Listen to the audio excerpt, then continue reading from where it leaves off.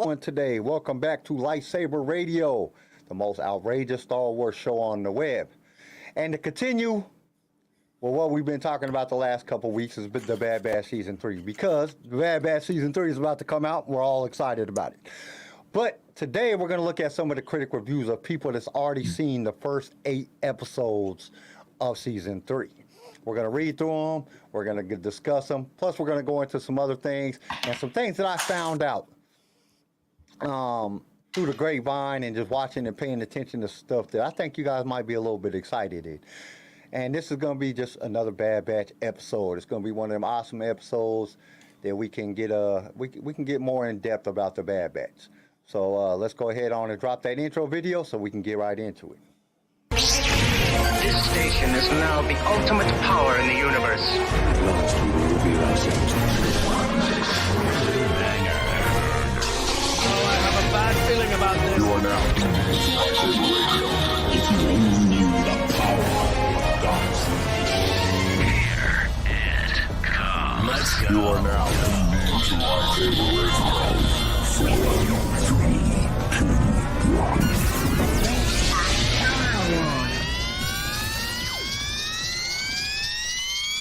Hello there.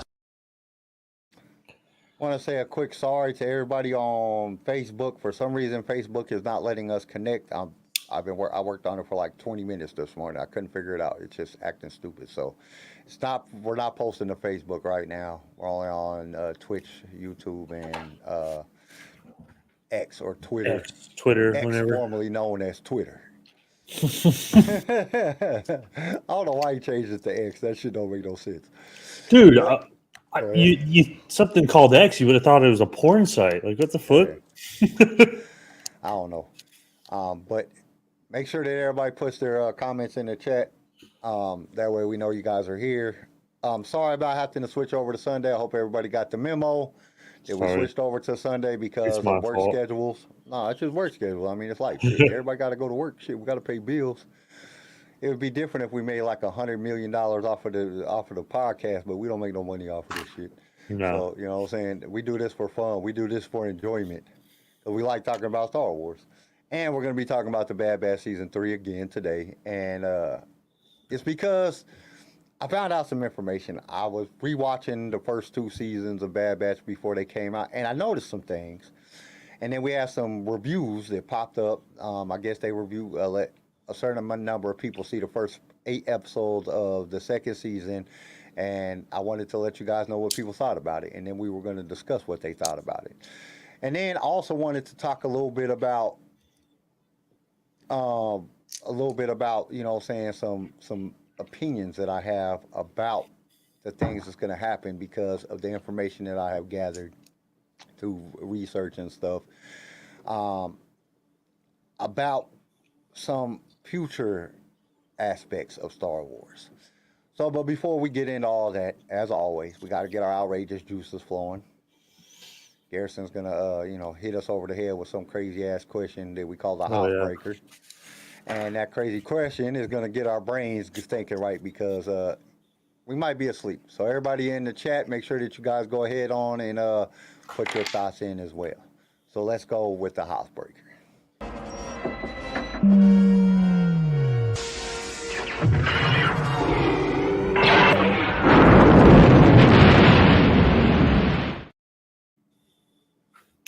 All right. Today's Housebreaker is going to be one of the more wild ones, one of the more exciting ones, in my opinion. All right. Kyle's going to love this one especially because we all know who his favorite character is. Let's say let's just say you've been captured by Jabba the Hutt. All right. And Jabba the Hutt has you in his dungeon, or you're frozen in carbonite or whatever. And he says he will let you go if you spend one day in Princess Leia's metal bikini doing whatever he wants. Then I'll let you go.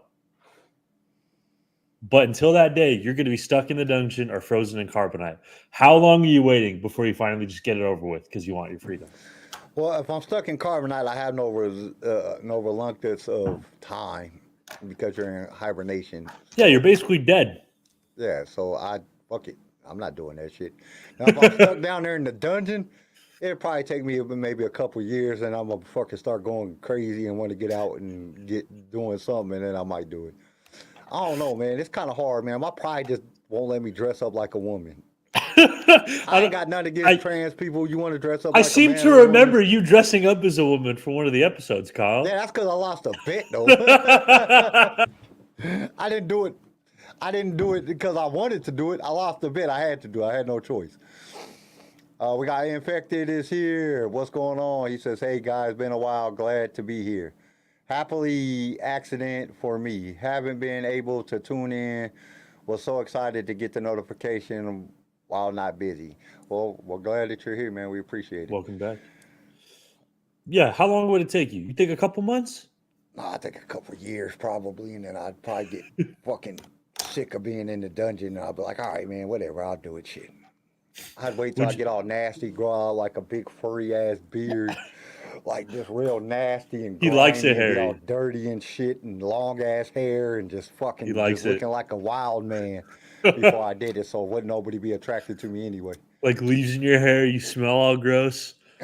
Looking like But just fucking- imagine, you gotta lay in front of Java. I can just imagine Kyle naked with a Leia bikini laying in front of Java. Java going, ah. as long as he don't lick me. If he lick me, I'm gonna try to choke him like Leia Oh no, did. he's gonna I'll lick probably- you. You have to spend probably a gonna day like that, and he gets to do whatever he wants. Doing it in the dungeon, I don't think. But patrols in the carbonite yard, we can just go for that shit. I'll wake up in 100 years when your fat ass is dead or however long it takes you to die, and I'll just wake up then. Somebody will let me out. All right, Hey. all right. I'll raise the stakes. In the dungeon, it's you and Jar Jar Binks are stuck in that dungeon. Me and Jar Jar, Yeah.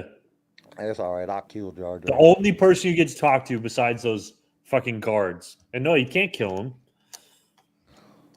I can't kill him. You can't kill And Jar that's the You're only stuck. person You I got can- no weapon. You're stuck in this dungeon.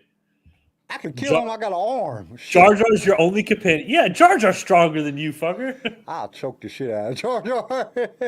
Jar Jar's dying. Woo About 2 woo! months, he gonna be sitting there asleep. He gonna wake up to a pillow over his face. No, I don't know. I don't know if I could go that long with only talk.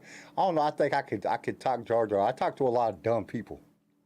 You know what I'm saying? At work every day. So I think I could deal with it for a long time, man. I don't know, man. Just dressing up in a bikini, just like, oh man, that's just like against. That's almost like getting raped. That's something. Well, That's you something would you be gotta. getting raped. I want to make that clear.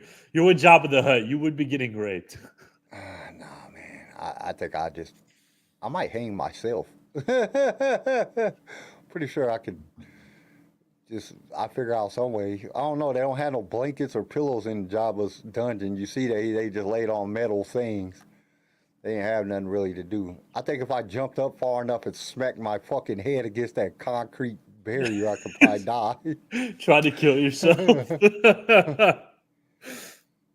What's going on, Bodie? Let's see. Infected said, I'm pretty stubborn and I don't mind isolation, so I think I would be quite some time before I decided that. If I'm in Carbonite, just outlast him, fuck it. If I'm stuck in the dungeons with Jar Jar and no way to kill him, I think it would be a few months before I'm done. LOL.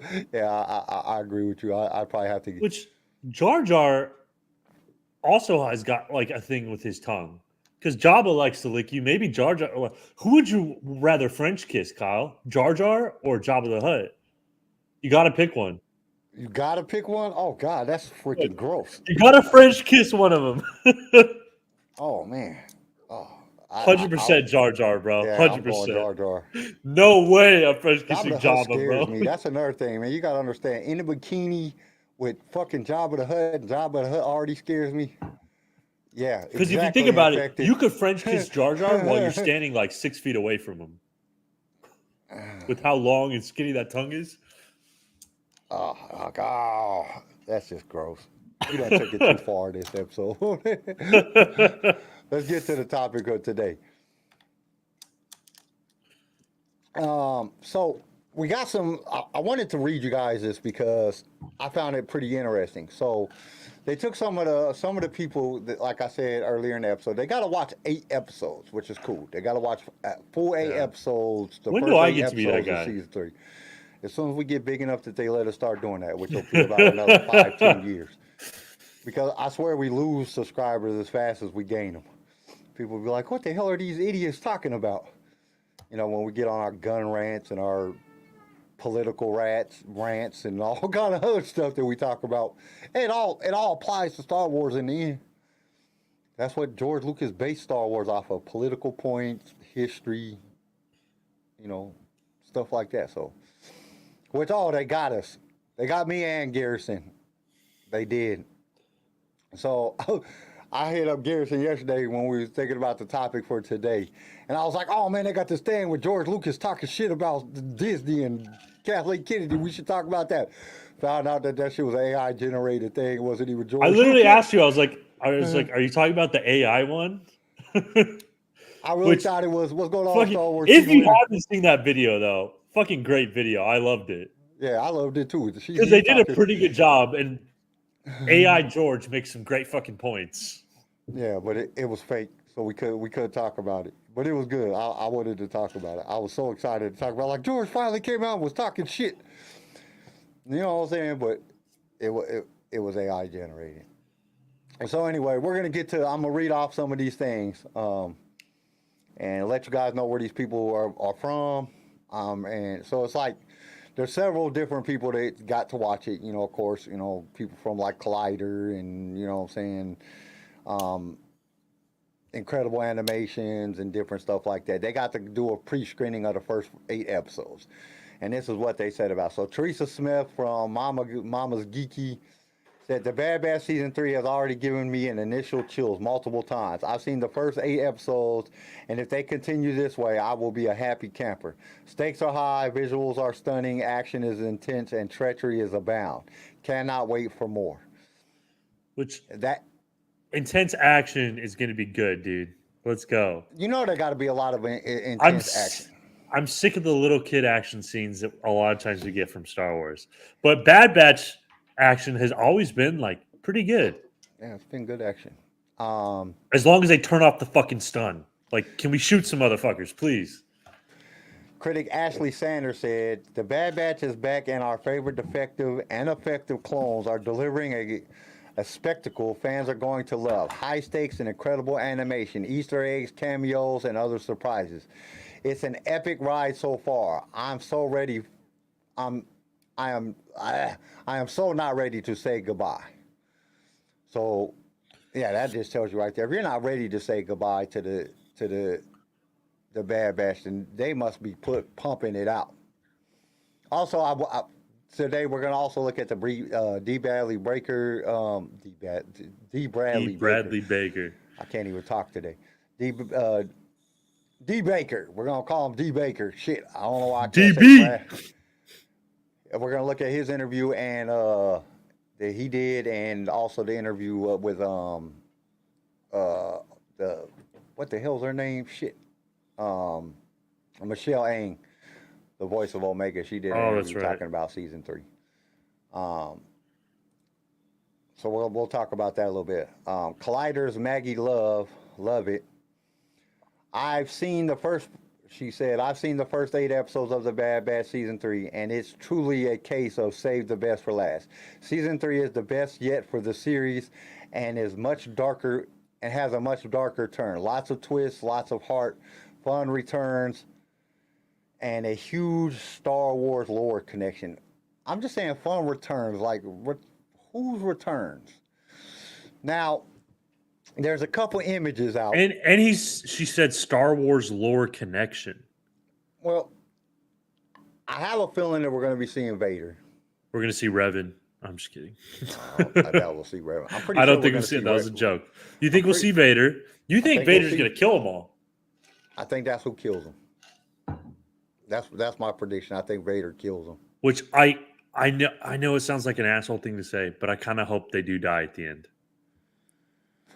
Well, we know. I don't know if all of them is good.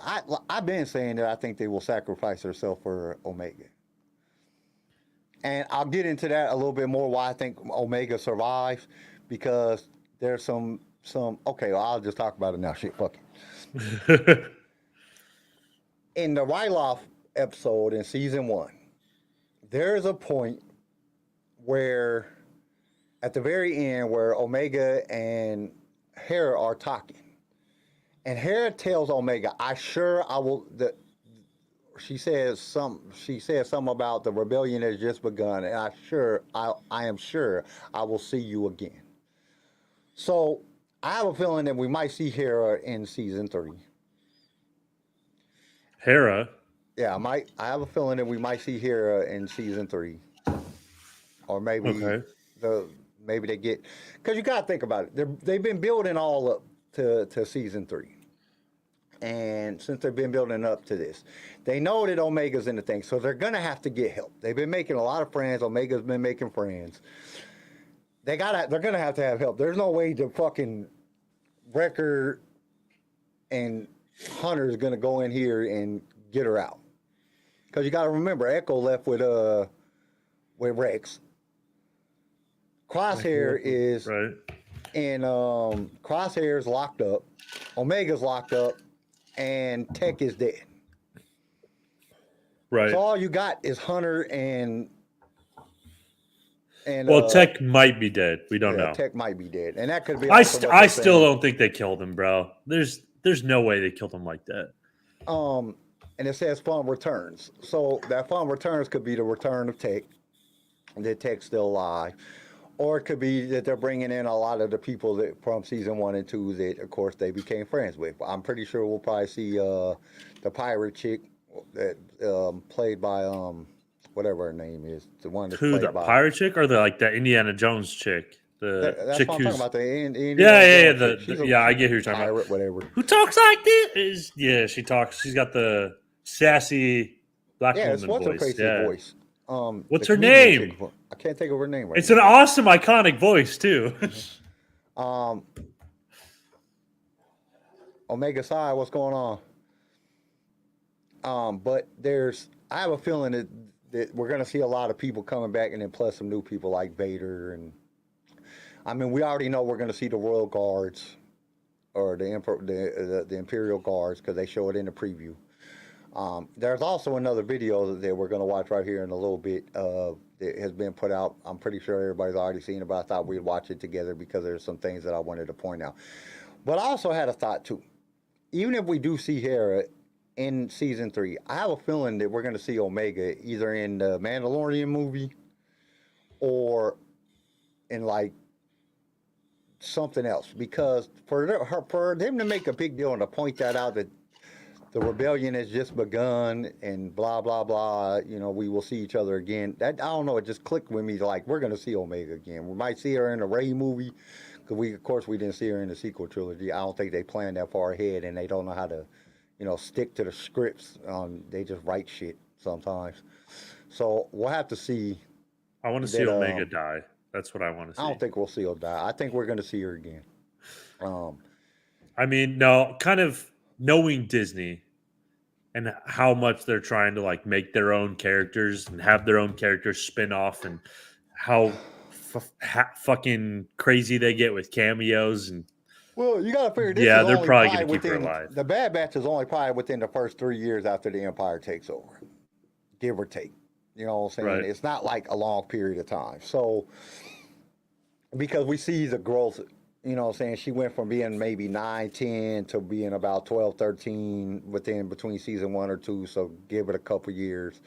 And then season 3, maybe, we know that's starting right up after season 2. So, she's not going to be that much older at that point. Looking at the first trailer, that we all got, she doesn't look any older. So we're in a position that it might have been 2 to 3 years that the Bad Batch is going on. So they still got another 18 years before we get to, well, not even 18 years, because we got a few years before we get to maybe 10 years, 7 years before we get to Kenobi. And then we get another, 10 years before we get to A New Hope. So they got time to add something else in there, another series or something to kind of combine the little thing, if that's what they decide to do. I don't know. I think Disney's kind of. I wouldn't be surprised if we saw it in the Skeleton Crew. Skeleton Crew was supposed to be set during the time of the Mandalorian because all that shit leads up to. Yeah, you're right. I guess it wouldn't fit. So, but they are talking about a second season of Kenobi, but I don't see that. We know that Andor leads all the way up to New Hope, so whatever that comes, they do have enough time if they decide to do it to bring out something else within that period. I think if they do, it'll be another animated series, maybe something like that, because you got Andor and Rebels right around in this time. Rebels is kind of, in that. Well, Rebels is a few years ahead of that time because you got. My only thing is like, is there enough hype around Omega to justify a whole new show? Because I think they'll do a new show about Omega. Yeah, the reason people like the Bad Batch is, let's be honest, it's the Bad Batch. I don't think that many people really like Omega. She's kind of annoying. She's annoying as fuck. And she don't like to listen. But she's a typical kid, so you know what I'm saying? Yeah. I could get that, but we'll have to see. But I do have a feeling that we will see her later on. I have a feeling that she's going to be in live action or in another animated series in the future. Because Hera's going to see her again. Now, does Hera just see her only in this last episode, or I'm still stuck on the thing that the Bad Batch sacrificed themselves because we don't see them in anything else. We don't see them in Andor. So if they bring her back, I think it'll either be in Ahsoka or the Rey movie, or maybe even in the Mandalorian movie. It's going to be after the fall of the Empire. I think she goes into hiding until after the fall of the Empire. That's why the cloning never really works. So why wouldn't Omega die then? You don't think they'll kill off Omega? I don't think they'll kill off Omega. I just don't think that Disney will do that. We know that they don't do well with. We know that their wokeness and their way that they've been portraying things. Female characters is where Disney is going, and Omega is the female character of this show. Just like Rey was the main character within. Yeah, you're kind of true. That's right. I don't think that they'll kill off Omega, but I do think that they'll kill off. That's true. They do love their female characters. I mean, just look at their track record. So I just don't see it happening. I think and I think it just makes sense. They build up this, 3 men and a baby type thing. You know what I'm saying? 3 men and a baby around it. That they're going to do whatever it takes to make sure Omega's okay. And I think that they kill off Omega, or if they kill off the Bad Batch, them sacrificing themselves to show like how much sacrifice went on to getting the rebellion started to save people that you care about, type of thing. To pull on them heartstrings, which sucks because I'm gonna be like, I ain't gonna lie, I'm gonna be kind of mad if they kill off Wrecker, because Wrecker's just a shit. He's funny. He just does dumb shit. And bro, Wrecker's death will be heartbreaking. Yeah, that's just gonna suck. Like, Hunter's probably my favorite character just because I like that type of Rambo type character. But Hunter he's probably the best part of the entire show. Hunter and Crosshair. And Crosshair's definitely gonna die because he's Crosshair's having I still think he's gonna have some kind of redemption arc and die doing it. You know what I mean? I think they've led up to it so much. Since we're talking, I want y'all to watch this. I don't know if y'all have seen this already. If y'all haven't, this will be the first time you're watching it, but this is something that I've seen, and this kind of makes me worried a little bit. So let's go ahead on and watch this. This is like another thing that they put out on Disney. Okay, wait a minute here.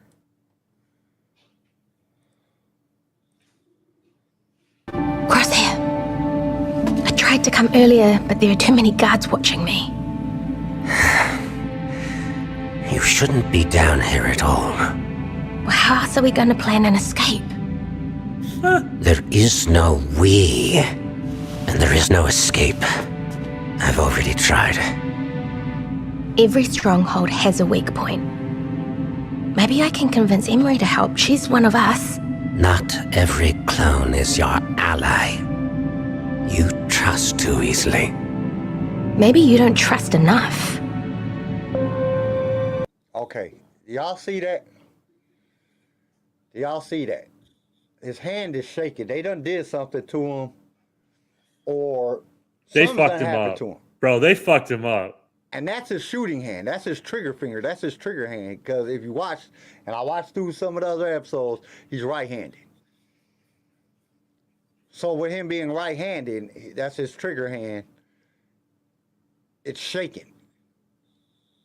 So it's going to be, I know that that's going to play into a part because there's a reason that the whole point of you focusing in on something or zooming in on something is to show that this is an important thing. That's what directors do. So there's a reason behind this. Now, is it they fucked him up where now he can't shoot right? You know what I'm saying? Like it's just bad. You know what I'm saying? And then you got my first impressions when I was watching this was, why is Omega just running around this damn place like that she's back on Camino? If she just running around like they don't even think that she can escape. You know what I'm saying? They got Crosshair locked up. I think they're just in cells next to each other. No, she says it. She said, I had too many guards around me. I couldn't get down here earlier. Oh, and he maybe said, that's you a good shouldn't even point. be down here. That's a good point. No, because they're probably just like trying to treat her good to like. Now, is that Emery that's doing it, which is the other clone sister, you know what I'm saying? Or is it Lama Su or LightSaber, whichever one is here? Dude, that's actually a great question. Star Wars team leader said, I was just playing Warzone and I just realized that the voice actor that does Record does one of the voices. Really? Yeah, I don't know. I don't play video games. But that's my thing. They just got her running around. Now, is it that kind of gives us a little bit of outside? Well, let's finish the video and we'll talk about it some more.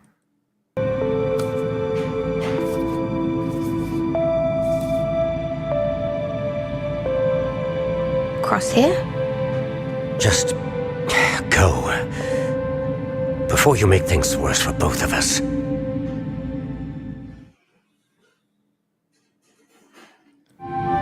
Crosshair. I tried to come earlier, but there are too many guards watching me. See? So it's like, what is the... Oh, shit.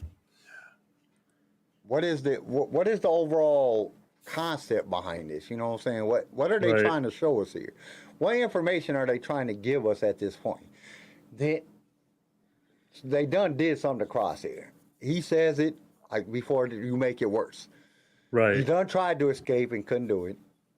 I think what happened is he probably tried to like help her escape or tried to do something with her. Like we know he's turning good. We know it. But he He tells did her, get out of something. here. He said, Yeah. she said, we got to plan our escape. And he says, there is no escape. I've already tried. So it's just, it like, I don't know. I don't think Crosshair's redemption is what we're looking at. I think Crosshair, he might go back to the Bad Batch. I do think he'll go back to the Bad Batch, but I don't think he's going to last very long. I think his trigger finger is messed up or, you know, whatever. And it could be reverse effect because, you know what I'm saying, it is animated camera, so that could be his left hand, which is his hold hand. Either way, if it's his trigger hand or his hold hand, he's not doing good. He is right-handed, though, and it looks like it's the right hand that's his trigger finger. You know what I'm saying? So is it going to mess up his ability to be Crosshair, you know, the sharpshooter, the sniper? Is that what gets them killed? Does he come back and you know what I'm saying, change back to the dark side? Does Vader show up and he's like, screw this shit, I'm not about to die? We don't know. But it does look like it's going to be very, like when she looks at him shaking his hand, you could tell Omega just cares about people. And like he said, you know, like Crosshair said, you're too trusting. Got to stop being so trusting. Yeah, I think it's showing like her innocence and also his like they probably fucked with him, dude. They probably tortured him. He's kind of given up hope. It looks like he's He's done. But she's not going to give up hope because she knows Hunter and them is coming to get her. Regardless, they're going to try. Bro, Hunter could be dead and she won't give up hope. Because that's just her type of character. You know what I mean? Yeah. Okay. Let's go. Let's move on to the next thing. Jordan Mason from Cinelex said was able to watch the first 8 episodes of The Bad Batch season 3, and folks, this season ain't messing around. It's firing on all cylinders, and pretty cemented in this as my favorite Star Wars animated series. It whooped a whole lot of ass. It was truly wild as it was able to disinterest. Okay, truly wild as I was. What? Yeah, I read that all fucked up. My dyslexia kicked in. Truly wild as I was about to disinterested in the. I don't know. That's what it says. Disinterested in the Bad Batch as one who could get when it was announced. Clone cinematic stories never worked for me in the Clone Wars. Now, if the back half of the season sticks the landing, it'll easily be my favorite Star Wars animated series. Adam Holmes from Cinema Blend said, having seen the first 8 episodes of Star Wars The Bad Batch Season 3, I am pleased to say the show is finally, is off to a great start. Fans of Omega and Crosshair especially have a lot to look forward to, as per usual. The action and emotion beats the balance. Emotional beats are the balance wonderful. Then Aubrey dreamed of magic. Said, buckle up for The Bad Batch Season 3. It is a dark twist and some action-packed storytelling. This heartfelt show picks up where it left off with gusto, featuring some notable lore and fun cameos. Fantastic in visuals and sounds. Shout out to Kevin Kiner. I can't wait to see more. Nerdist, Eric Ansley Diaz said the first half of the final season of The Bad Batch, episode 1 through 8, were very solid. Great character arcs for Crosshair in particular, and I don't care. I'm always down to hear Ian McDermott as Emperor Palpatine for as long as he's alive. I am willing. Adam Blevin from Agents of Freedom shared the Bad Batch Season 3 is some of the best animated Star Wars ever. It strikes the perfect balance between the adventure of the week and an overarching story.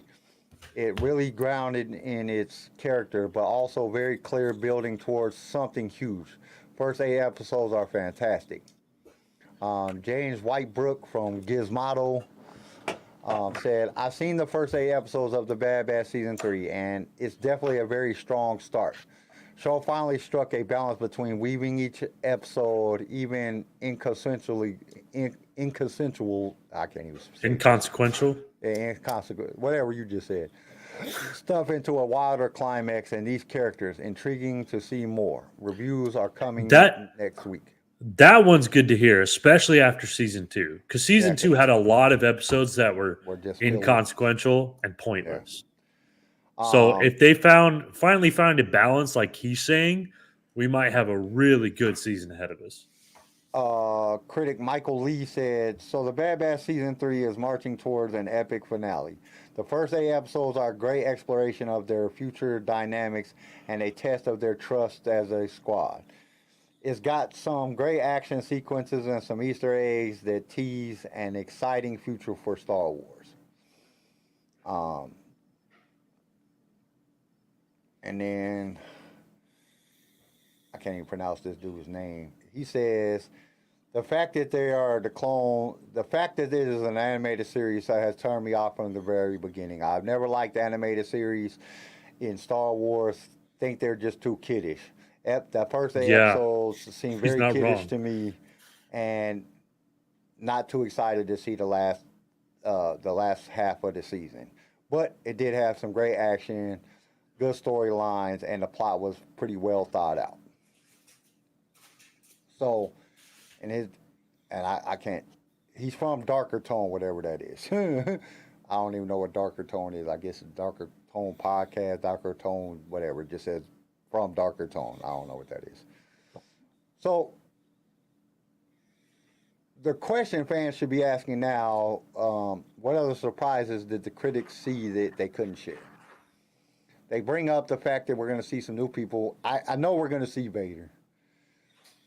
The Bad Probably. Batch is doing too much. We're seeing Palpatine. Palpatine has to keep, at some point, they have to break out Omega. And then Palpatine is going to send Vader to go get her because she's that important to him cloning himself. You know, this all leads up to the cloning shit. That's why they keep talking about cloning because they're dude. trying to they're trying to make their sequels make sense. Yeah. So we know that.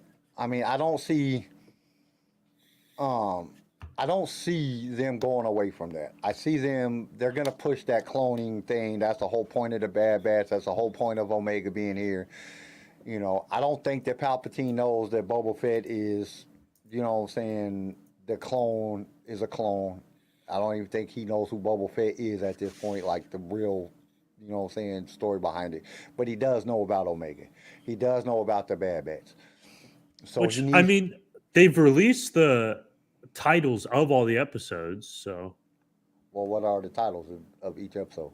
Well, not. I don't think we talked about that yet. Because episode 1 says confined, but that's releasing as like 3 episodes. You know what I mean? Yeah.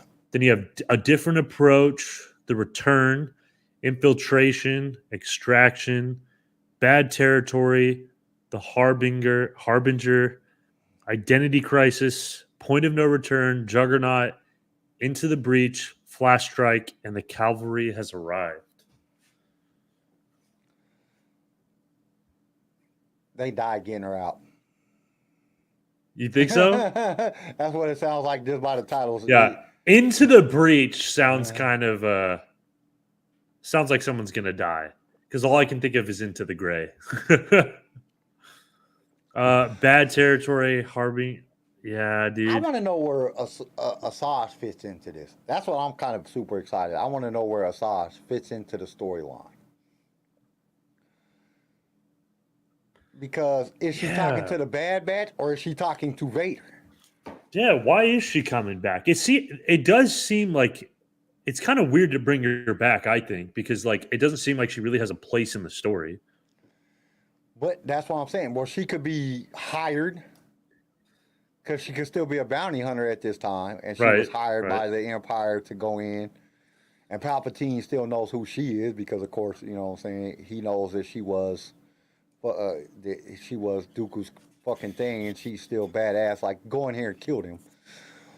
Or is she talking to Vader like is she already hooked up with Quinlan Voss at this point, and is, you know what I'm saying, more on the light side and just her and Vader fight? Because that would be some awesome shit. Her and Vader fighting, like Vader kills the Bad Batch, and she goes in and she's the actual one that saves Omega. That would be a fucking interesting turn right there. That would be something that we would not be expecting. You know what I'm saying? Like, oh my God, Asajj is fighting Vader and then rescues fucking...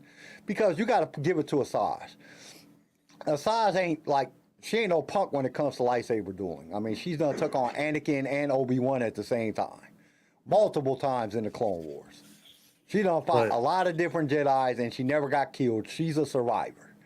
So that would be a fucking interesting turn. I think that would be a very interesting thing to see within the show. You know what I'm saying? But that's another thing. I'm so excited because I don't know what's going to happen.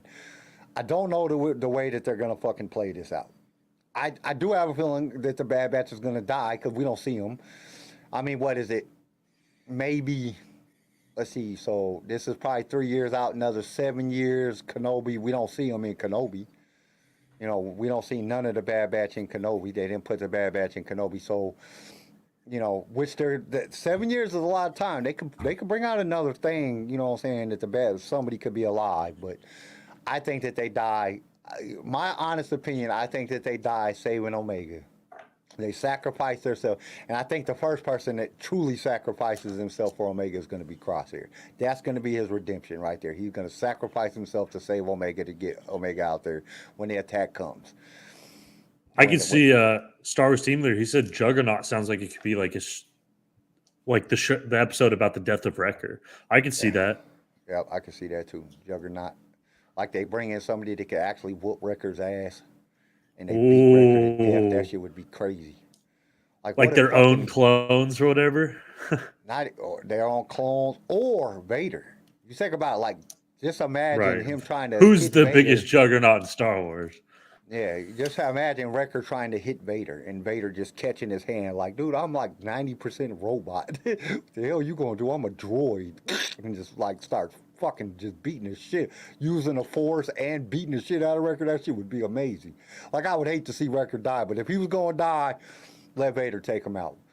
Yeah, dude, let him die to fucking Vader. Like, if your Vader character's take him gonna out. die, you can. Yeah, if your character's gonna die, the if- only way they can die, and you still like, wow, they didn't like. Because if they What if lose the- to some like stormtrooper, you're like, that's fucking lame. They could have kicked his ass. They lose to Vader, you're like, well, yeah, they were fucked. So. Like just imagine this for a minute. You got say you got 6-7 years in between beginning of Kenobi, because Leia was about 10 then. So that's about 10 years. From Kenobi to the end of the Bad Batch. What if Disney got their heads out their asses and did like a 7-year span of Vader going after trying to hunt down Omega because she gets away, and Asajj is hiding her with different Jedis, and so he's killing the Jedis. That would be like the greatest series ever. Like I would be so into a series of nothing, and I've said this before on the show, but of like Vader hunting down the Jedis, the remaining Jedi. I would watch the shit out of that. That would be live action know or I would. animated. I don't give a shit which one it is. I would love to see that. That would be like the greatest series ever.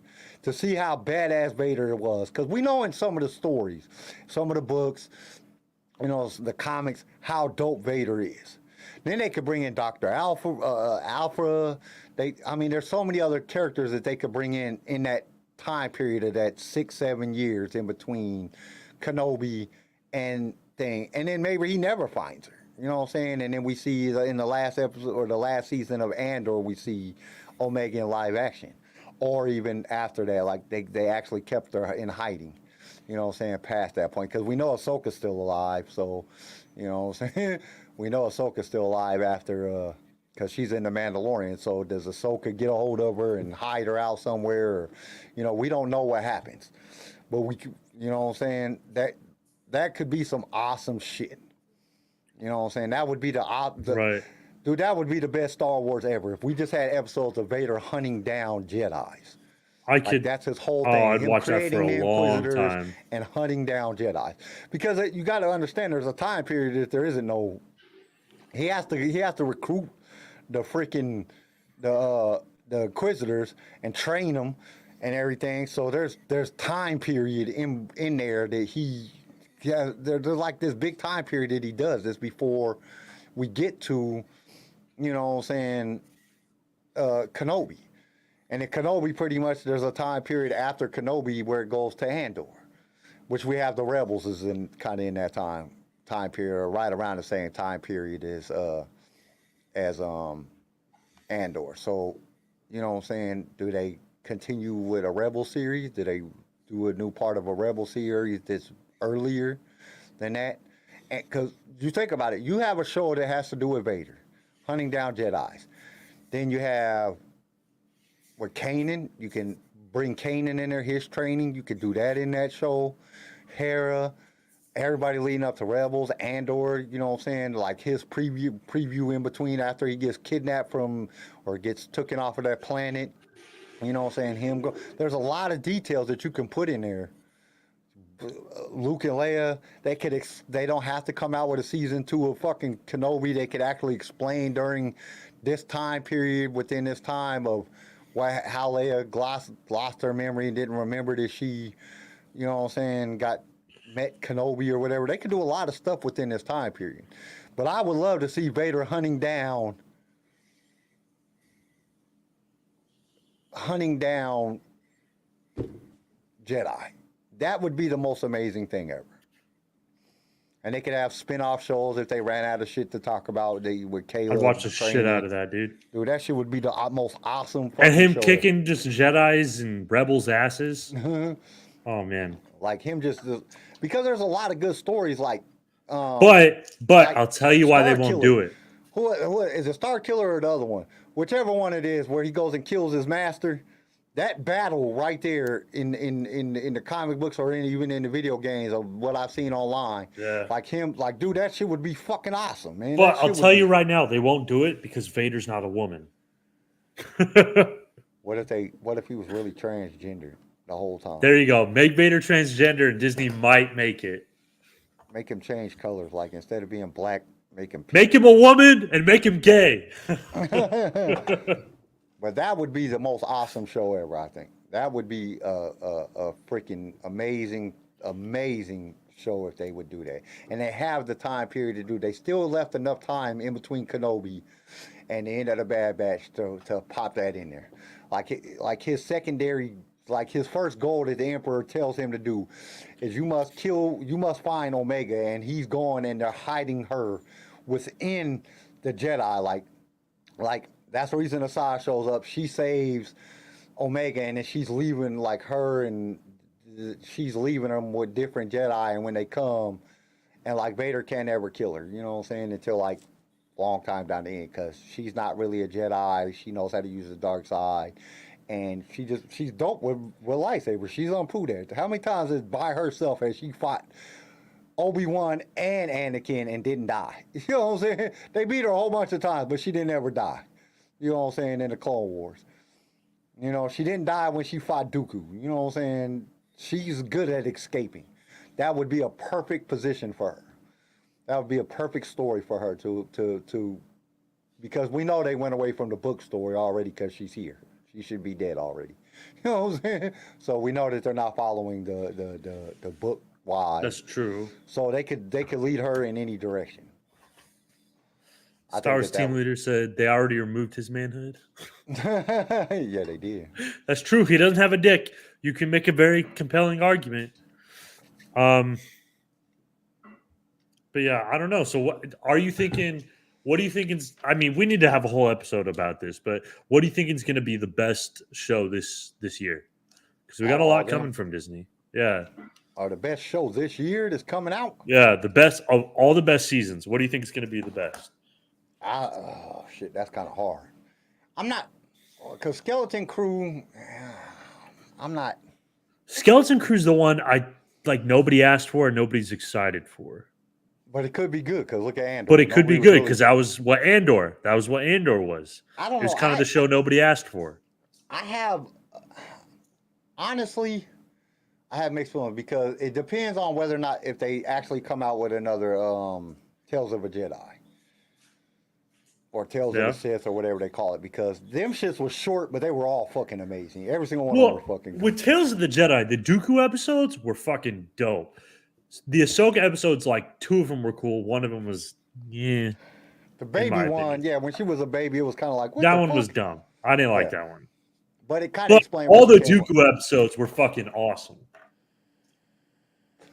But not counting Tales of a Jedi, because they're like more like short stories and instead of a season or something.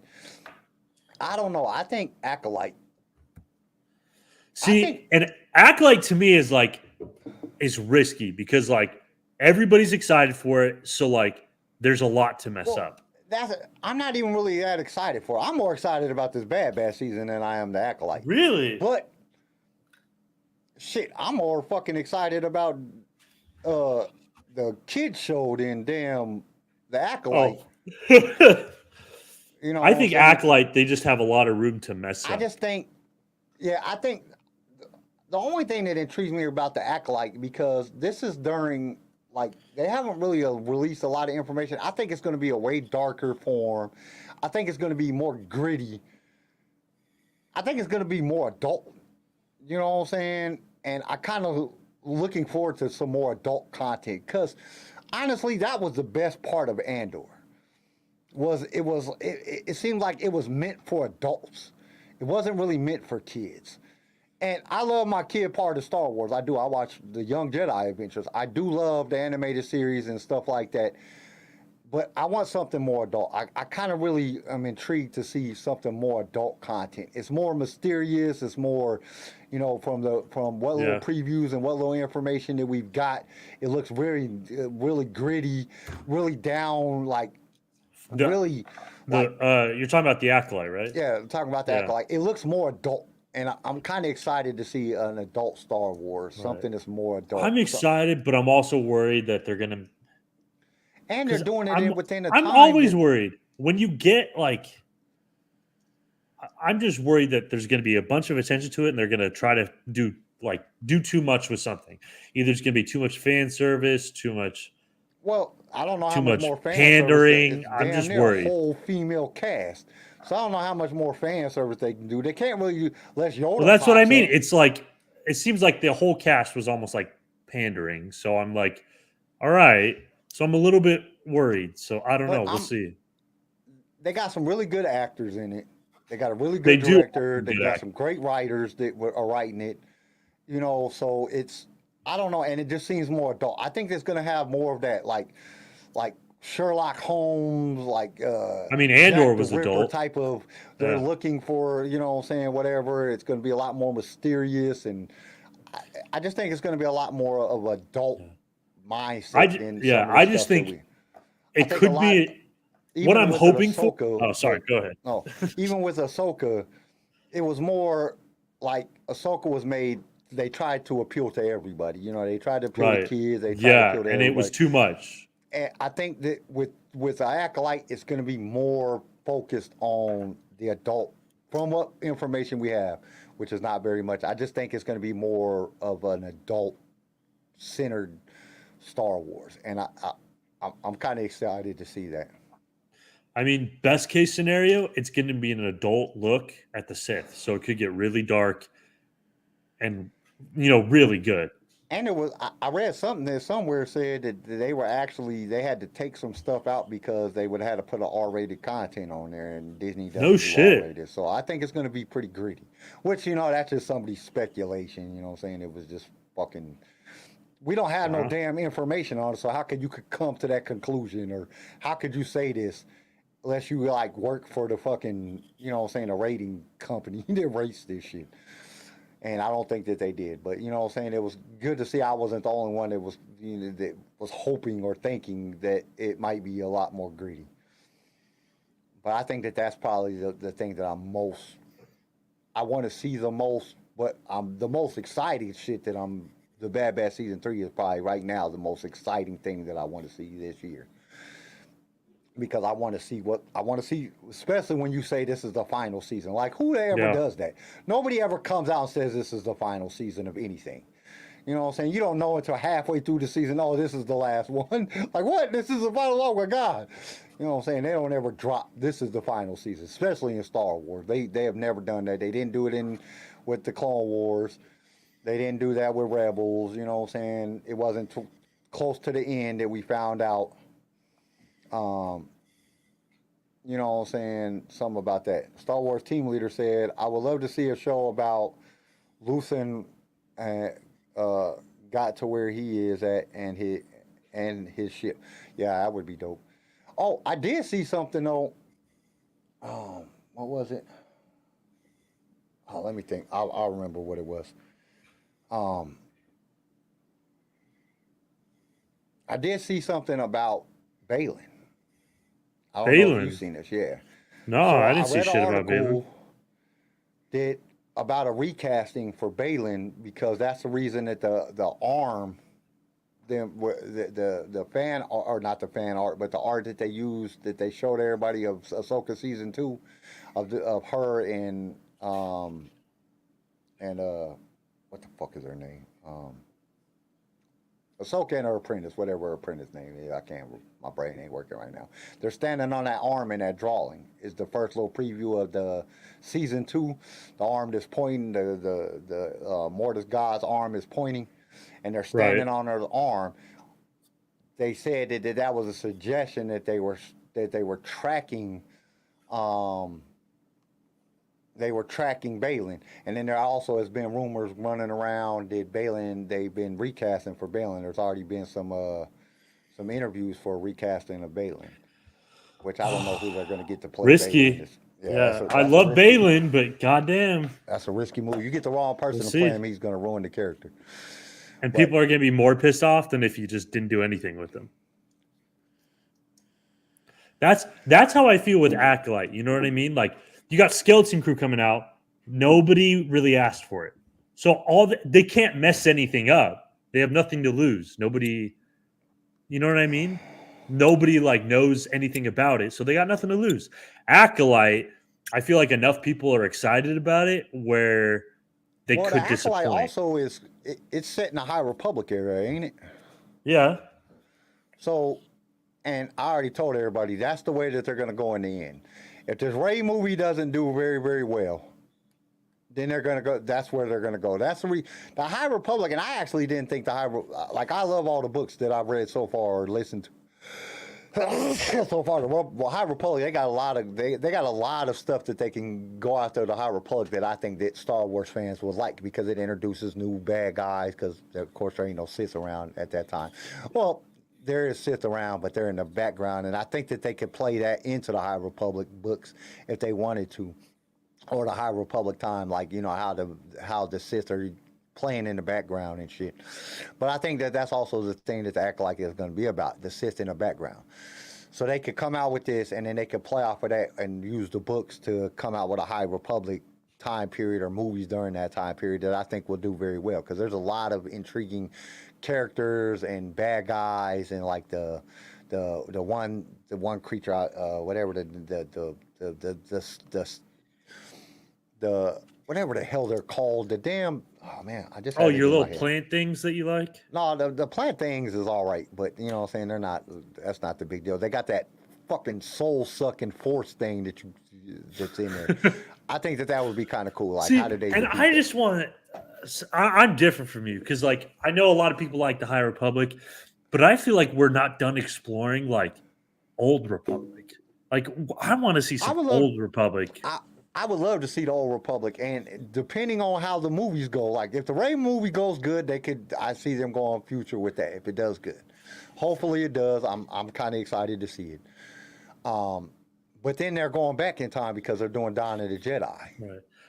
I just think because Star Wars, everybody who's watched Star Wars, we know like Sith and Jedi are against each other. Why don't we show why they're against each other? Why don't we show that Dawn rich? Of the Jedi is supposed to be shown. I know. Let's show some of that rich backstory of this thousands and thousands of years of the Sith and Jedi that we haven't gotten. I think that if Dawn of the Jedi goes good, and hopefully they, you know what I'm saying, we know that Tim has been in, you know, they've already said it, Tim's said it, that he's doing background. He gave his, well, we don't know if he's doing background. He said that they could use his information, bring him in. We don't know if he's actually doing that. We know he's been seen at Lucasfilm several times. So hopefully they're going off of like the book wise, and they do it like that. So we see the Jedi in the beginning, and then we see, you know what I'm saying, how the Sith come into the Jedi, you know what I'm saying? We see that. I don't think it's going to start off like very beginning, like where the Sith and the Jedi, you know what I'm saying, like split. But I have a feeling that I do think that they're going to have a Sith Jedi, like a species Sith Jedi person. Because that was like one of the pronouncing moments in the book that everybody remembers. There used to be a Sith that was a Jedi, the species Sith. Everybody remembers that from Dawn of the Jedi, the book. So, Yeah, I mean, they could go multiple ways with that. But I have a feeling that they're going to move. I don't know if we'll get Revan. I just think that they'll probably skip Revan. I don't know. They've been so... Well, I think they've had too much of an opportunity. George really pushed against, you know what I'm saying, never doing a Revan movie. But I don't know what Disney will do. I don't think that they'll do it, which is stupid because everybody wants to see a Revan movie. Everybody I've ever talked to is like, if you could get one that's any type of a Star Wars fan that knows anything about the Old Republic, that's the first thing they say, I want a Revan movie. Yeah. And so we'll see if they ever do that. But I have a feeling that they're going to go back. Well, no, because I guess I'll take that back. I want a Revan movie. I want Old Republic more than anything. But you're right. I don't trust Disney to do it. Well, it just scares me because if you don't get the right person to play Revan, or you don't follow the storyline. I mean, how many times already have they messed up? You know what I'm saying? They could have used the Kenobi book and made season 2 or made season of Kenobi, and it would have been excellent. They didn't do that. Right. You know what I'm saying? How many times have they want to use the Old Republic or the Legacy or Legends information? They want to use parts of that in the story, but they're not taking from the stories, or they're not using the stories. They're just taking bits and pieces of the stories and applying it into Star Wars. So it's one of those things that is kind of messed up. You know what I'm saying? It really kind of messes up everything, because it's like, you know, if you're going to use it. They're good stories. Just use the damn stories that are already paid a little bit of money. Tell I mean, and it's not hard. You tell a dude that's already made a couple $1 million off of the book, hey, we'll give you 2% of sales and we're going to use your book. We're going to use it as the script. They're going to be happy as shit. And they're good books. They're good stories. They're probably some of the best Star Wars stories that there are. Now, you could take out the parts that's just not canon, because if you want to keep it canonized and just, you know what I'm saying, take out the parts that is just blatantly not canon. They're like, Jedi can't even do that shit. Take them parts out. But they kind of went away from that anyway in the High Republic series, which is all supposed to be canon. And they're doing shit like flying and casting spells and all kind of crazy shit. You know what I'm saying? So, like, they've already went away from the canon and used a lot of the legend stuff. So it's just like, just do the story and make it great. But we are talking about Disney here, and we don't know what they're going to do. That's the scary part. All the stories could be good. All these movies could be good. All of them could be good. But it all just depends on what writer writes the script. What director and how Disney wants to do it. Exactly, because you could have a great fucking script in Disney and Kathleen, or say, you know what I'm saying, nope, this is crap, and they take a garbage script and say, oh yeah, this is great, let's do this. I could see Disney taking a great story and ruining it because they want to inject their bullshit into it. So, I mean, even a great, and that's what I'm saying, it doesn't matter who the actor is, and if it's a woman or a man or a droid or whatever. If the story is good, it's not going to make a difference. It's going to be a good movie or a good TV show or a good animated series. The problem is when they come in and they start changing the stories that was already written. It's good stories. And then we've seen them do that, or taking parts out of stories and applying it to their stories, and it doesn't fit with the story that was written. It doesn't change the outcome, just like with Kenobi. I mean, the worst part of Kenobi is that every Star Wars fan knows that Leia never met Kenobi. And then all of a sudden, here she is 10 years old meeting Kenobi. And it's like, dude, he saves her life and all this other shit. And it's like, what the hell? Well, what is going on? Everybody's just sitting there confused. Like, this is not what happened. What were you talking about? And then not explain it. Like, it's okay if you want to change it and be like, oh, yeah, you know, Leia met and Kenobi saved her one time, but then he used a Jedi mind trick and wiped her memory about the whole ordeal, or, you know what I'm saying, whatever the situation may be, which if they did that, we'll all be like, that's bullshit, because it don't last that long. Now you're taking out of Legends, which they have before, so they could do it again. You know what I'm saying? The problem is just get a good story. It doesn't matter who the actors are. It doesn't matter none of that stuff. If there's good actors, they're going to come in and play a good part of the story. But the story has to be good to begin with. I think, and, you know, they are following a ploy when it comes to the reason that they do certain things. They try to put in a lot of CGI. They try to do a lot of technology and a lot of stuff like that, because that's what George did. But they're lacking on the story. George created a good story. Then he applied all that stuff and made it even better. That was the icing on the cake. They're just trying to CGI you out and on garbage stories, and it just doesn't help the franchise. Which, if they don't do something good soon, but I mean, I'm not gonna say that, because there's enough good stuff to to balance out the bad stuff. But they got to get rid of some of that bad content. We're not used to that bad content. I mean, even George made bad content when you had the first 2 seasons of Clone Wars. They weren't the best. You know, 3rd season it started getting better. By the 7th season, freaking Clone Wars was awesome. Rebels was awesome. You know what I'm saying? For the animated side, the movies were awesome. But he did, you know, the first 2 episodes of the Clone Wars, and I understand why they were bad. Because they were just a bunch of, they was telling what was going on with the war, so they kept jumping around. It seemed like a bunch of just nothing but filler episodes, but they were explaining something. But they were just kind of boring and one-offs, and it wasn't a whole lot. So it's not, but I understand it. Like, I don't understand some of the stuff. Disney just does stuff that just doesn't make sense at all. Like, dude, it's not even. Like, the story could be bad if it's explained. Like, that's the reason I'm not so harsh on the beginning of Ahsoka. I understand that you're trying to explain the story where everything, they just did really bad at it. Like, you didn't explain, like, nothing. And you made the story just, like, draw out for 4 episodes. Like, why are these episodes even here? They're just drawn out. Right. And the 5th episode started getting better, 6, 7, and 8, they all started getting better. But them first 4 episodes was like, you didn't explain to us how Ahsoka was training. Damn, why can't I think of her name? God, what is wrong with me? Sabine, yeah. Why Ahsoka was training Sabine. Where they got messed up at. You didn't explain none of the stuff. You just started us there and then just, like, where did Balin come from? Where did Hati come from? Like, you didn't explain anything for 4 episodes. Right. It was just them all coming together for the same to find Thrawn, like, you know, and Ezra. Like, okay, we get that. We knew that they were doing that at the very first 5 minutes of the first episode. Why explain some stuff? And they executed poorly. But I understand what they were trying to do. They just didn't do it well.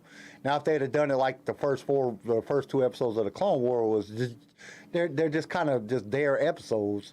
You know, showing the war and showing what Kenobi and building up to Kenobi and Anakin and some of the stuff that they're doing, and showing Dooku and Yoda and, you know, all the different Jedis out there fighting the battles and showing the Clone Wars.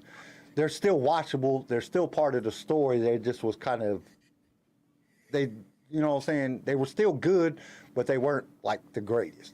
Then once season 3, 4, and they started getting into the different arcs and start leading you down to the ending, where it will lead up to, you know what I'm saying, A New Hope, or to the turn of the Empire, you know what I'm saying, you can understand them. The first 4 episodes of Ahsoka, you didn't understand shit.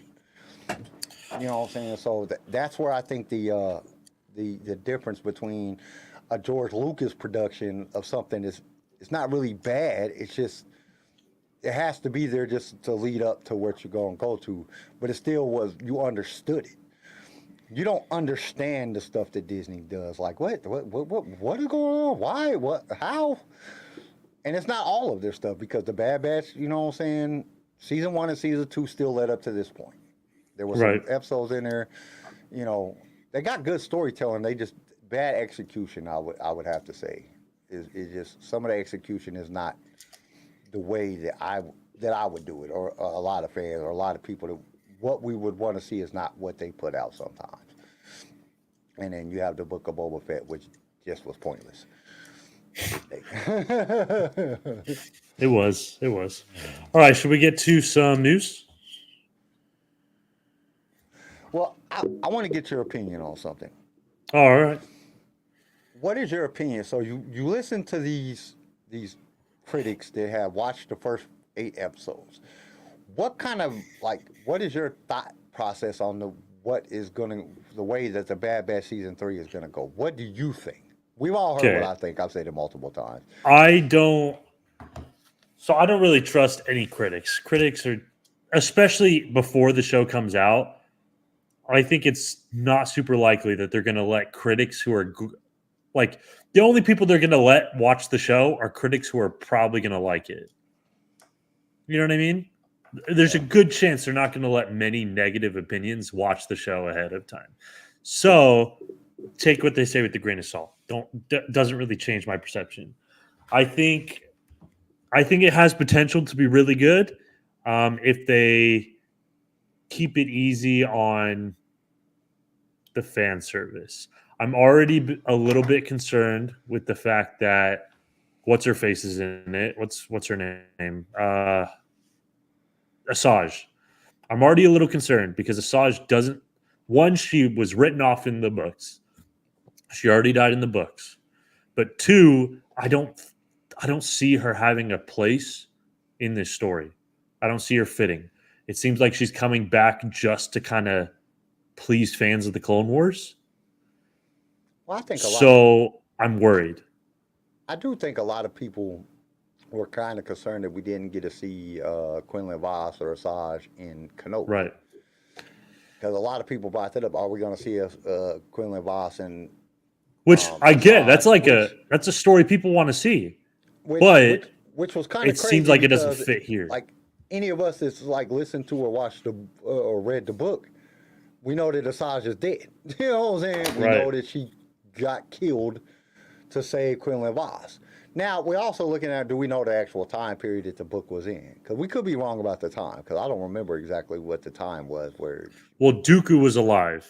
So Dooku's the one. Oh, Dooku was alive when she died.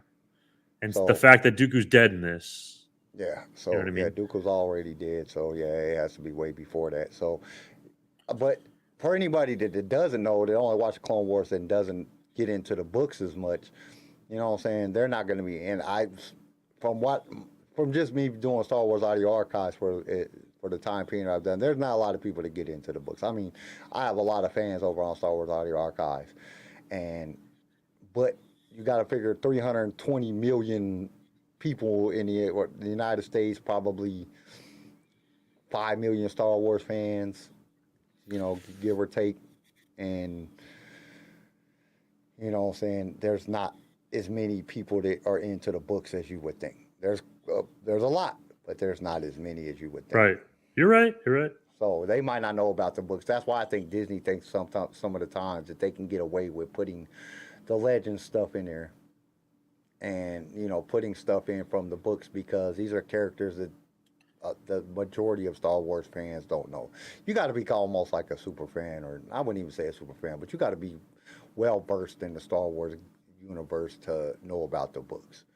A lot of people don't know about the books. Maybe more the High Republic, but like the older books and the Legends stuff, and that's why they utilize some of the Legends things. And we're all sitting there, you know, because we know about the books, and we know about, you know, we sit here and be like, what the hell is going on? But they're looking like, oh, you know, like it's just normal. That's why a lot of arguments happen, because people go back and say, this doesn't make sense because this was part of Legends, and now you put it into a canon storyline. They don't fit together. And then other people are like, dude, it fits fine. What are you talking about? What is this Legends stuff? Which I'm kind of happy about the arguments when it comes to that, because it brings more people to learn about Legends, to learn about the extended universe of Star Wars, because there's a lot of great stories. People need to understand that they're not part of the canon timeline that George Lucas wanted them to be a part, or he would have let them be a part of canon. There's just a lot of contradictory information from the books into canon. Like, you can bring Revan into canon, and it doesn't really mess up anything, because that's Old Republic, you know what I'm saying? But at the same time, you can do anything you want with them once you bring them in, because it's so much time difference, it doesn't really apply. But then you can't go with, you know, Jedis wearing glasses, and, you know what I'm saying, because George didn't ever want anybody wearing glasses in Star Wars. So, you know what I'm saying, like, Right. it wasn't, there were certain things, Jedis ain't supposed to fly. But in Legends, some of them did some very miraculous things that would consider flying. High Republic, same way, they added Jedis flying. So, but Legends, their force abilities were way more extreme than what George wanted. George, pretty much, you could do his mind tricks, move shit, throw stuff, you know, jump real high, you know. And in Legends, you can force project and, you know, do some freaking crazy things, you know. like Bane draws lightning out of the sky. He don't even have to shoot it out of his fingers. So that's not something that can be True. done in canon. So it's just, and that's the type of stuff that they take from Legends and put into Disney Star Wars. And if you don't know about the books, you're not going to know any difference. It's only the super geeks like us that know, like, no, that ain't right. You can't do that. Jedi can't float in the air and just fly through space and all that. Man, can't do that shit. Oh yeah. So it just kind of depends what Disney does. That's a scary thing. That really is. That's the scary thing.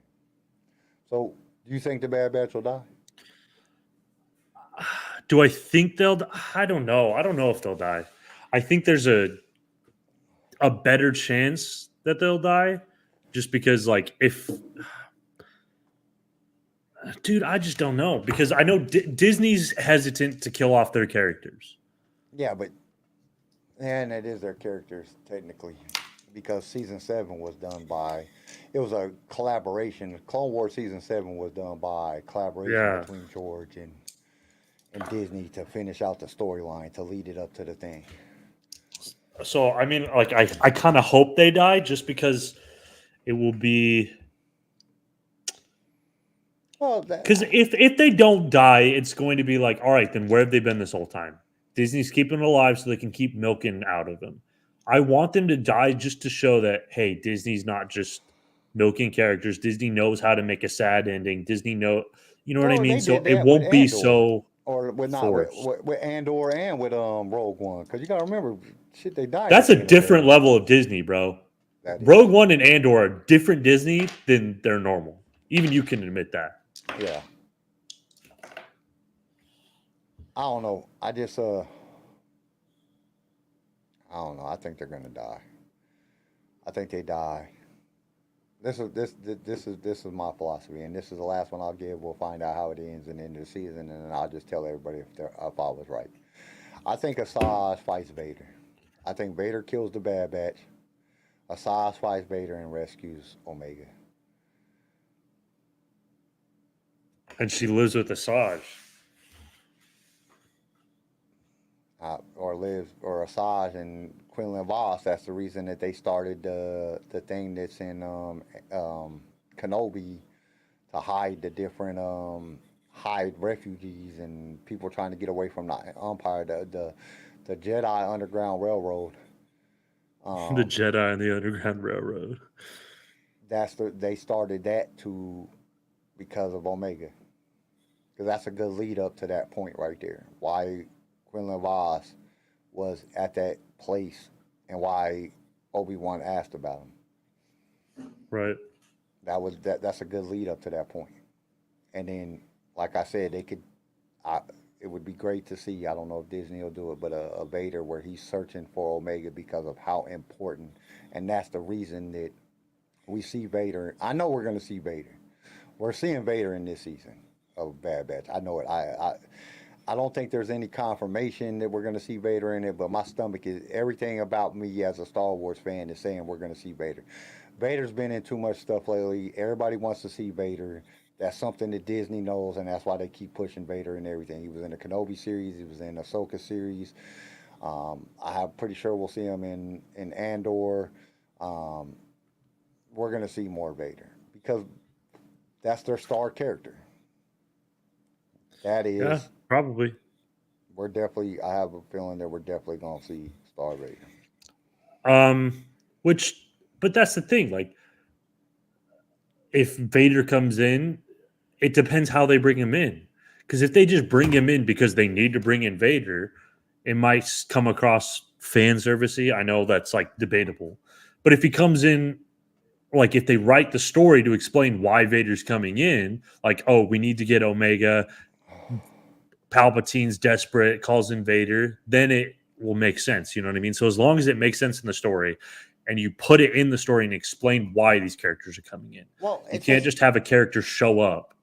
No, I don't think they'll do that. I think they'll bring him in a story because Palpatine's going to send him there to make sure that nothing happen to her, and because come on, Palpatine is too smart. He knows that they're going to try to break her out. He knows it's the Bad Batch and everybody's going to try to break her out. He knows that. Palpatine's the freaking best tacticianer in the galaxy. He knows that they're going to try to break her out. Who better to be there to stop them than Vader? So it just fits the storyline. Well, that's what I mean. And like, if they write the narrative to that, then good. Yeah, I think that that's what they're going to do. And then the only thing is now is Asajj hired to come in and help Vader, or is Asajj brought in to? Well, she has a yellow lightsaber in the commercial, so I think for her to have the yellow lightsaber at this point, she is already wait, did she have the yellow lightsaber in the Clone Wars when she was a bounty hunter? I don't remember having in the Clone Wars. Because she was after she tries to kill Dooku and she goes to be a bounty hunter. Did she already have the yellow? I can't remember if she had the yellow light Vader then, or the yellow lightsaber then. I don't remember. I think she did, and if she did, then that means she could still be a bounty hunter at this time. But I don't know. I don't know. We'll have to see. I don't know. It's intriguing though, and I can't wait to see what happens. I am very excited about this, and I'm not going off the critics because I know critics will. I'm pretty sure Disney probably handpicked their critics to let them watch. Like you said, I don't trust that too much, but I would ultimately say that we're going to see Vader. We know we're going to see Asajj. I think that we're going to see pretty much all the characters for the first and second season that they helped. I think that we might see oh God, man, my brain ain't working. Why? I mean, I hate having MS. Freaking, fucking, Forrest Whitaker's character.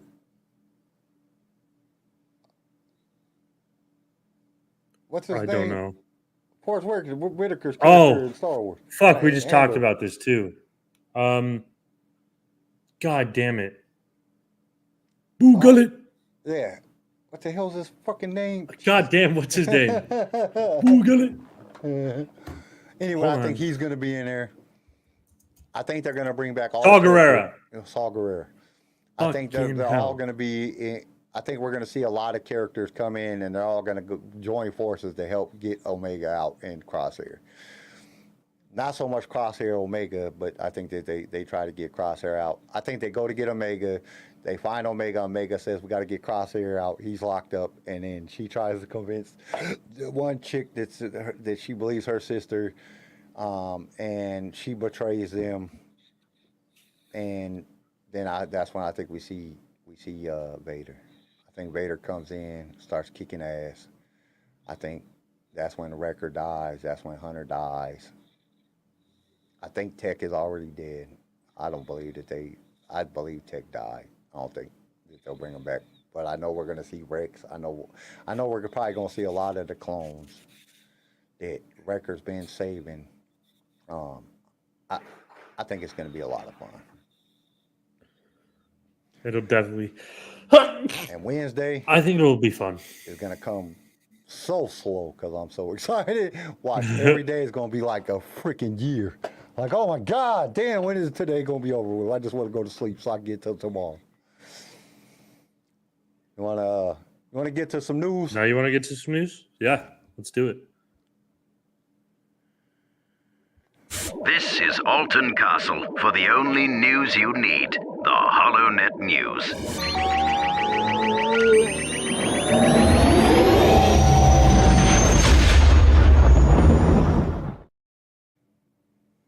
And our first piece of news is from Star Wars team leader. He says Lego Star Wars Ultimate Unlimited Collection Series tie in Interceptor, $239.99 coming out May 1st. Looks like the best looking Lego ever. Doesn't even look Lego. Yes, I seen the picture of it. It does look freaking phenomenal. I was gonna bring that up, but Star Wars team leader said it first, so I'll give him the credit. It's definitely an awesome. It definitely looks good. You should look it up. It's crazy looking. I seen it on Yak Face's Instagram. I think Yak Face is the one that put it on Instagram. No, I don't want to cancel.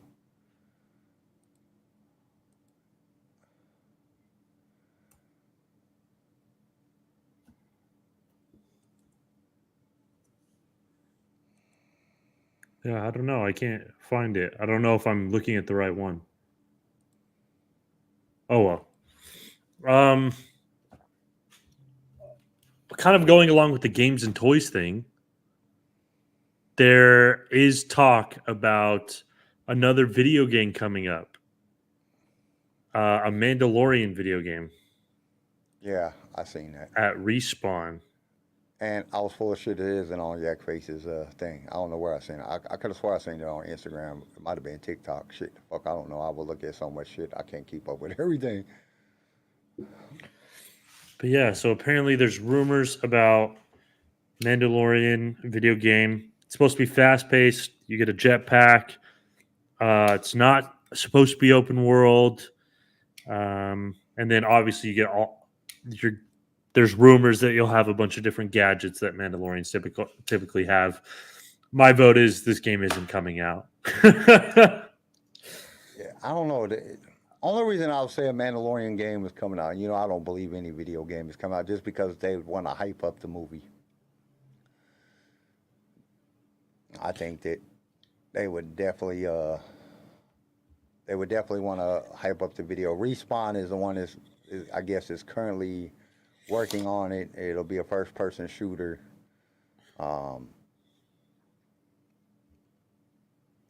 From what some of the people said that they've seen it, I guess it looks like a Star Wars Jedi Survivor game, but it's going to be the Mandalorian. Which the only reason I think they might come out with something that has to do with the Mandalorian is just to pump the Mandalorian movie. Anything that they can do to add more publicity to the Mandalorian movie. Which at the same time, we talked about a game for 6 years and then the movie comes out and then we never dropped the game. I guess Harrison Ford left behind a Star Wars script and it sold for $13,600 for a fucking script that Harrison Ford left in Europe, or more than 10,000 euros, which equals out to 13,600.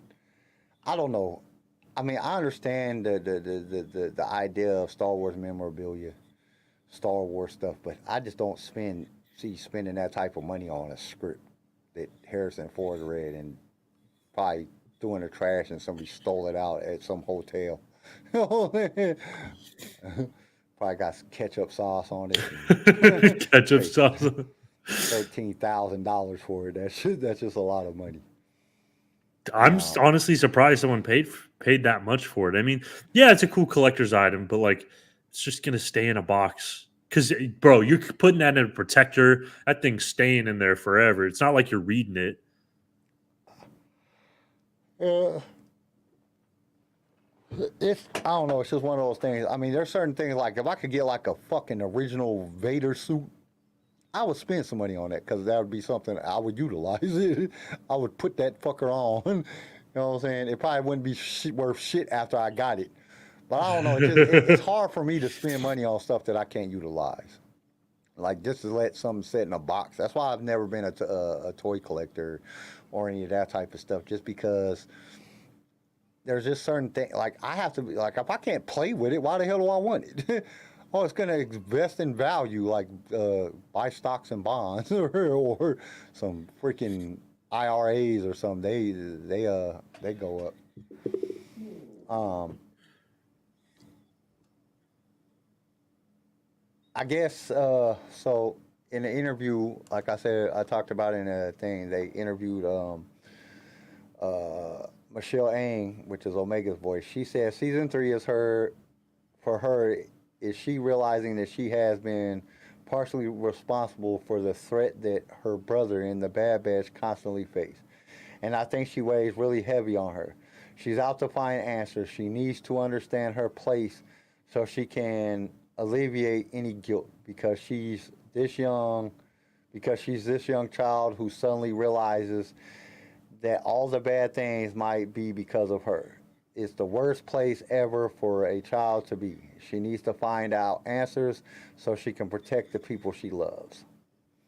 The advice, and then she went on to say some other things. She said the advice would be to make sure her brothers and you have a true relationship. As an actor, spending time getting to know the other actors who will be playing the Bad Batch so that you get this camaraderie and chemistry that you built up so that no matter what the storyline brings out, the storyline brings it out to you.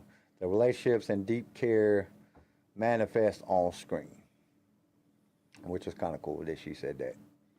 So we kind of get an idea of where Omega's at this point in season 3. She's kind of feeling guilty about, she knows she's believing that all the problems that her brothers is having is because of her. Which I think is kind of, it brings me back to believing that everything, like everybody's gonna die, that's just gonna make her feel worse. Like everybody dies. Like because of her, everybody dies. You know what I'm saying? And she has to live with that. So then it comes on to her being, you know, this other person and whatever other things that she pops up, she's having to live with that. At the same time, while, you know what I'm saying, at the same time, while she's, you know, trying to hide from the Empire or hide from Palpatine, or she gives herself up. But I just don't see that happening. That wouldn't be good for the story. But because she already kind of did that once.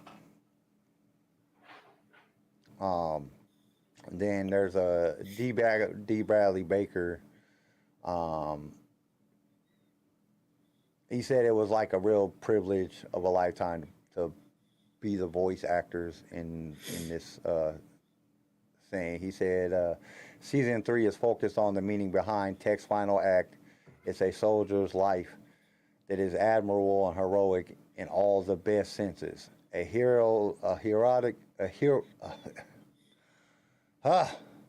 can't read today.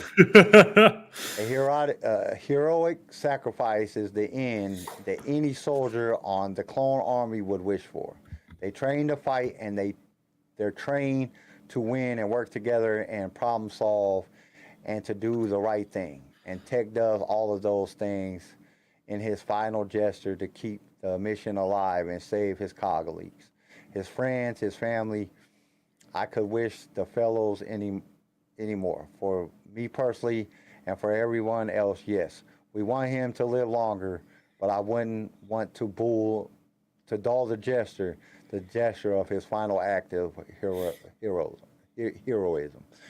So basically, D. Bradley Baker says in this interview that Tech is dead. That's the only reason I say Tech stays dead. I just think that's a crazy way to write him. Like that was a.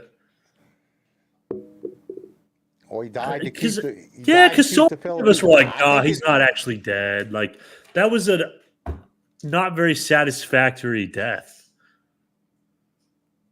I mean, I guess it was. It's just they had so many like little subtle clues that made it look like he was still alive. You know what I mean? But just look at the information, okay? Look at what we have set in front of us, okay? We have Crosshair's redemption. He shoots somebody in the face, and now he's a freaking slave, or he's a prisoner. His hand is messing up. He went out in a heroic act, like he really did, and I think he'll go out like die in a heroic act. You got Hunter and Crosshair will die in a heroic. I think that's the key factor of the Bad Batch. They're gonna do everything that they can to make sure that Omega's safe, and she gets away.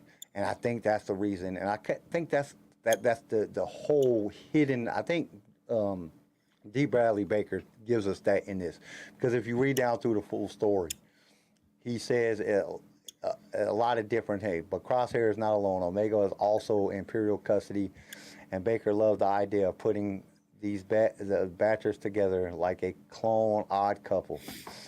He is the most reluctant, pessimistic of the Bad Batch by far.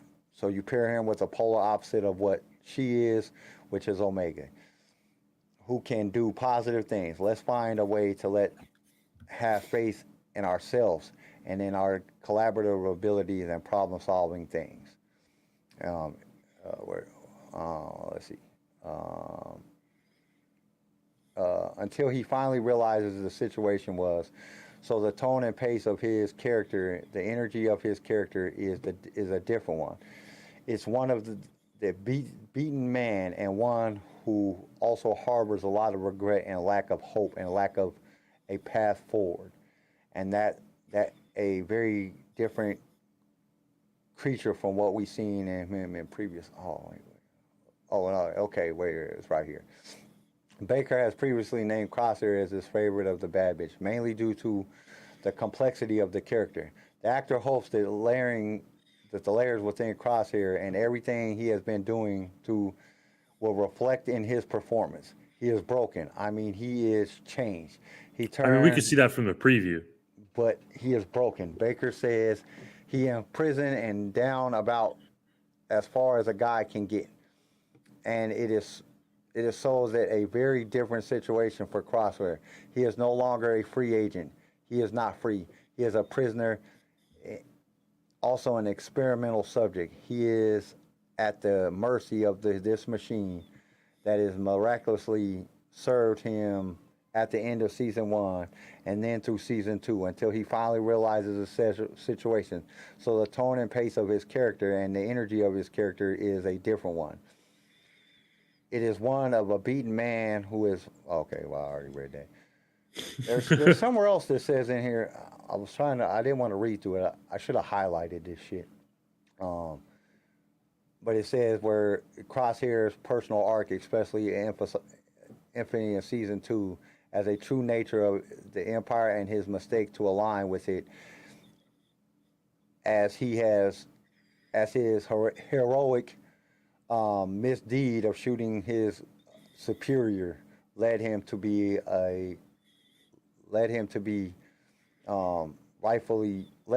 where he is at, and rightfully so. So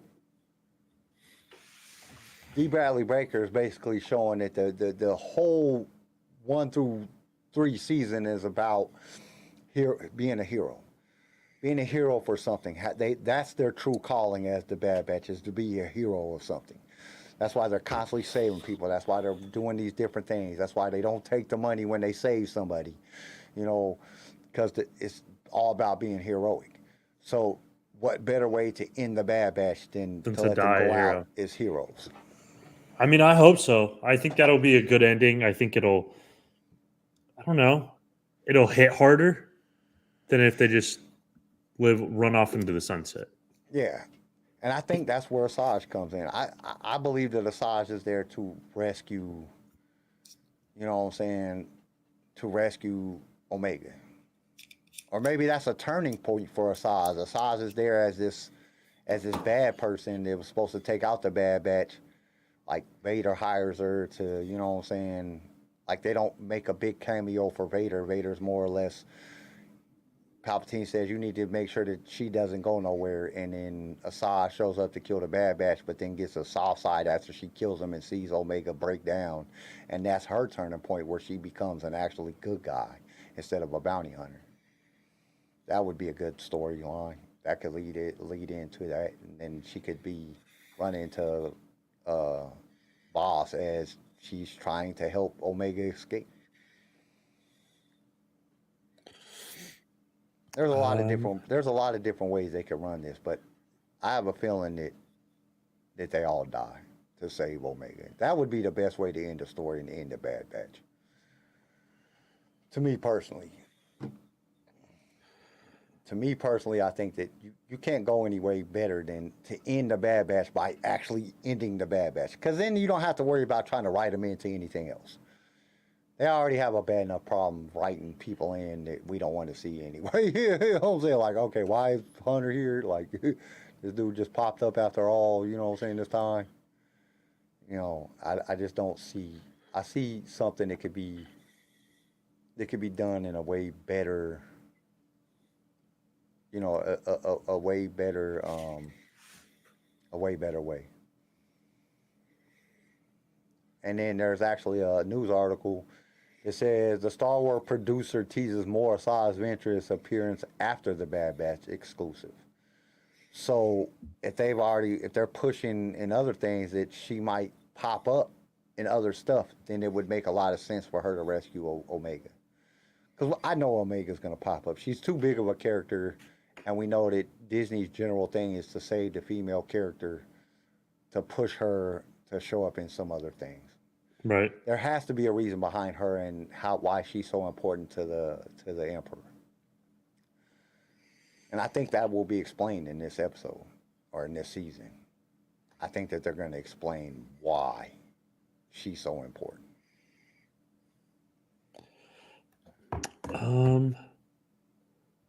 Star Team Leader says, I think the show will end with us thinking everyone is dead, and then we see an end scene of an old Omega over Crosshair's grave on a dirt farm out in nowhere. That would make a lot of sense. We've seen that. That wouldn't be the first time we've seen that in Star Wars. But I just have a feeling, honestly, I just have a feeling that Omega's going to make it and the Bad Batch will die. The Bad Batch is going to be dead. I just have a gut feeling about that. And I know we're going to see Vader in this, because for Palpatine to say this is how important the cloning process is to the Empire, getting that information, getting that whatever. And I have a feeling because that leads up to him being cloned. And if they never find her, then what makes it that's probably why he's degrading as we see him in the end. And that will explain a lot. True. It just fits the narrative. Any other news? Not that I'm looking at. I'm looking at it right now, and I'm not really seeing anything else. Obviously, stuff about the Bad Batch coming out, but not much else until it actually comes out. And like I said, Wednesday. And this was back on February 4th. Star Wars just teased Baylan Skoll's potential return without Ray Stevens. And if you go in there, they talk about some different people that they've thought about it, but it shows like the picture of Sabine and Ahsoka standing on the Mortis Guard's hand, on the outreach hand of the statue of the father, seemingly the same stone that figures Ray Steven Baylan Skoll was seen on in the final episode of Season 1. This reveal teases that Season 2, Ahsoka will likely center on Ahsoka and Sabine following Bailey as he searches for the greater power. And then it goes down to talk about some of the people that it has been discussed as actors that could, like Russell Crowe, Graham McTravis of The Witcher and the House of Dragon, Hobbits, and all that. Gerard Butler, and some of the other people that they said on here, which I'm not going to say. It doesn't say that. It says that they have considered some actors to take the part, but I don't know. You got to make sure that it's the right actor to play him. It's going to, really. I don't know. I just don't think there's anybody that they could bring on. It's really, regardless of it being a good actor, just in general, it's really hard to recast an actor who passed away. Super, super hard. And now add on to the fact that he was a good actor and he portrayed this role extremely well. It makes it even more difficult. You know what I mean? I don't know. We'll have to see. I don't. I would like to learn more about him, but I don't want them just to get an actor because they're a good actor and they don't. He was on screen. He pronounced like you had to respect him. Right. Like he just, you had to. What made him so mysterious that he was just like, you wanted to learn more because of how well Ray Stevenson played the character.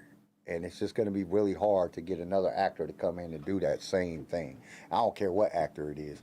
Because you could be a great actor and you can play great parts, but can you just step on the scene and just make people respect you as a character? Right. Like, that's tough to do by any actor.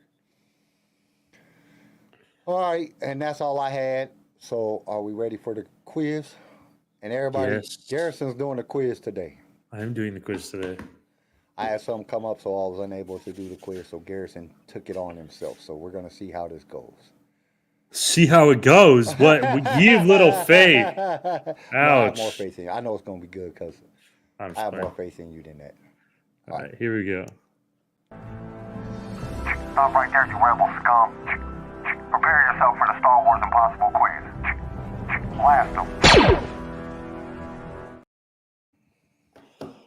All right, so today's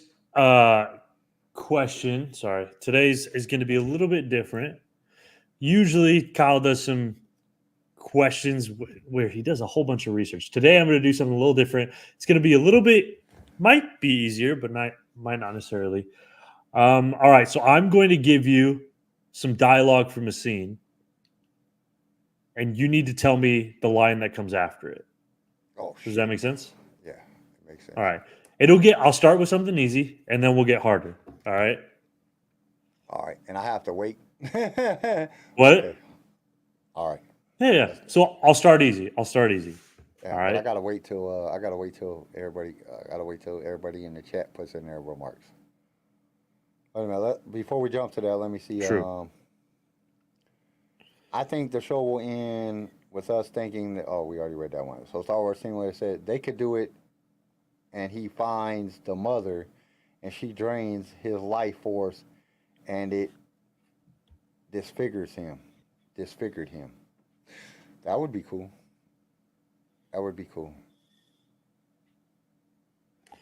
Like CGI him for like a little thing. He finds the mother and she like sucks out his disfigures him. Shoots him with some lightning or something. Yeah, that would be cool. And then you could get any actor to play him. But then we get another disfigured bad guy.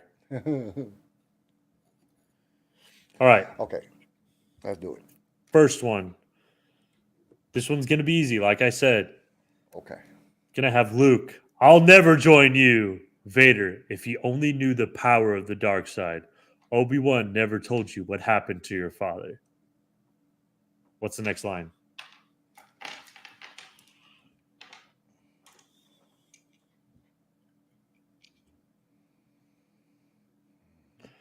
Obi-Wan never told you what happened to your father.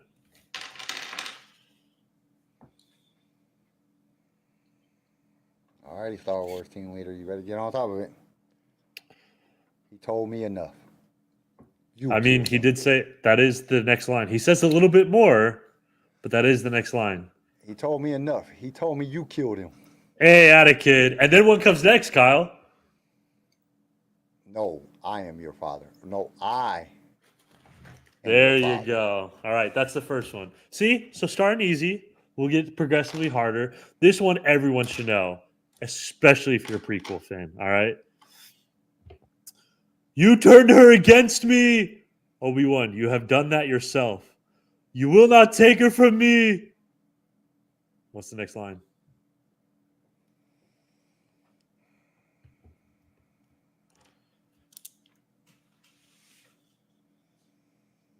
Oh, I hate waiting. Because you know this? Oh, yeah. Heck yeah. I think a lot of us kind of have memorized this little dialogue.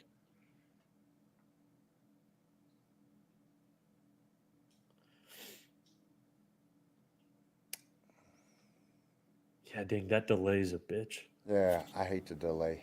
I think that they should like literally have this shit where it just comes immediately. He couldn't get it. Your search for power has done it. Oh, close. You're close. You're wrong. Oh, shit. It's close. Search for...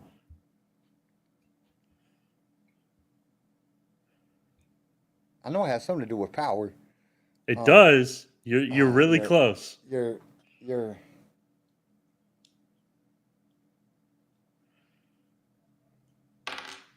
It's not search. It's something else. It's not search. Your. All right, tell me. It says your anger and your lust for power have already your done anger that. and love. There you Search. go. See, you were close. You're super close. All right. This one everyone should get. It's over, Anakin. I have the high ground. If someone in the chat doesn't get this, I'm going to be really disappointed. Dun, dun, dun, dun, dun, dun, dun, dun, dun, dun, dun, dun, dun, dun, dun. Dun, dun, dun. Oh, God. Oh, guys, come on. Hurry up. Oh, it's killing me. Kyle knows it, and he wants to jump on it. That's the hard thing with this flipping online delay, man. Yeah, it sucks. I hate the delay. Like, Yeah, you think with technology, well, it's not even technology, it's just freaking Wi-Fi's and internet signal, and yeah. I don't get it. Like, some people get it, like, right away. Like, I've watched, like, I can be in my house on my phone, and this shit will be perfect. But then I leave the state, and I'm somewhere else, and it's totally different. It's like a 1 minute delay. You're like, what the hell? Yeah. All right, nope, you took too long. Oh, You underestimate my power. He got it. Damn, that's a delay. That was like almost like 2 minutes. 2 minutes. Yeah. All right, now let's get to something. Damn, what the hell's up with these ads? Like, dude, I Oh, don't freaking have the ads. ads on. I turned it off again. Why the hell does this shit keep coming back on? I hate ads, man. Like, there should be no ads playing during a live. Like, I turned it off. Okay. All right. This one should be another easier one, and then we'll get into harder. All right. Mace Windu, in the name of the Galactic Senate of the Republic, you're under arrest, Chancellor. Supreme Chancellor, are you threatening me, Master Jedi? Mace Windu, the Senate will decide your fate. That one's easy. Oh. I'm going easy for you. And then the next 4 will be a little bit tougher.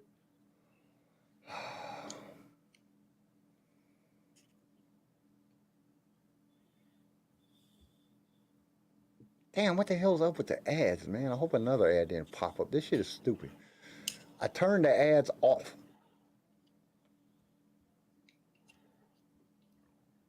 Nope. So it's treason? No. He I skipped am the one. Senate. There am you the go. And he says, not yet. And then he says, so it's treason then. See, there you go. I figured I could trick somebody. All right, next one. Here, it's going to be Anakin in front of the Jedi Council when he's a little kid. Mace Windu, be mindful of your feelings. Kiadi Mundi, your thoughts dwell on your mother. Anakin, I miss her. Yoda, afraid to lose her, I think? Anakin, what has that got to do with anything? Oh, shit. My brain just went fucking... This is a good one. And you'll know it. You'll know it, but it's a little tricky. Yoda's the next person that talks. Yeah. And he said... what does he say again? What has that got to do with anything? And he says it in fucked up Yoda language. But I can't think of what he says.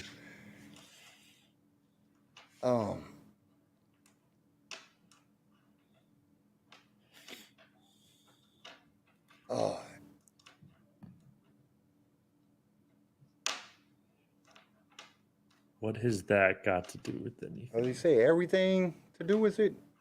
Everything to do with it. You're close, yeah. Oh, I mean, that first word is right. everything. Everything. Oh, everything. I mean, okay, it says everything. You're right. There's just a lot more to it. I can't put it in words. Yeah, it's one of the longer ones. All right. He says, everything. Fear is the path to the dark side. I was just going to say. Fear leads to anger. Anger leads to hate. Hate leads to suffering.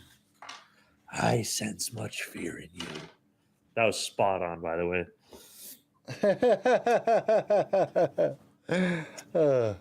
All right. Here we go. This one.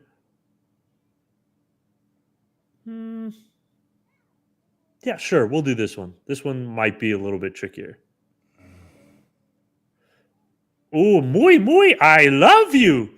You almost got us killed. Are you brainless? I speak.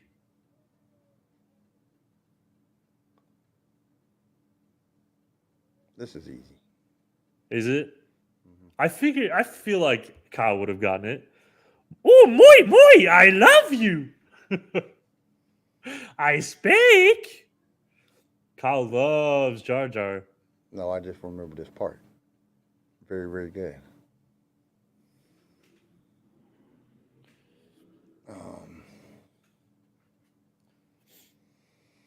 Oh shit! I hate time delays. No clue. The Star Wars ability to team leader, speak does not make you intelligent. There you go. Good one. Good job, Kyle. Good job, Kyle. All right. This one. Why do I get the feeling you're going to be the death of me?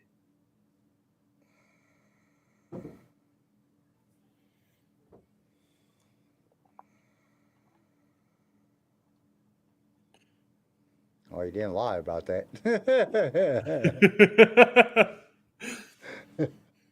Yeah, he's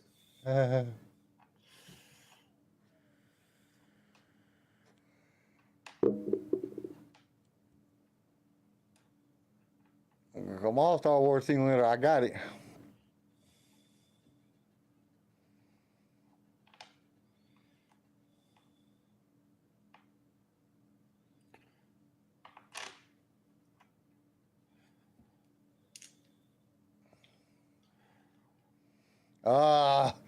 Ah, don't say that, Master. You are like a father to me. dang. Good job, dude. You're killing it.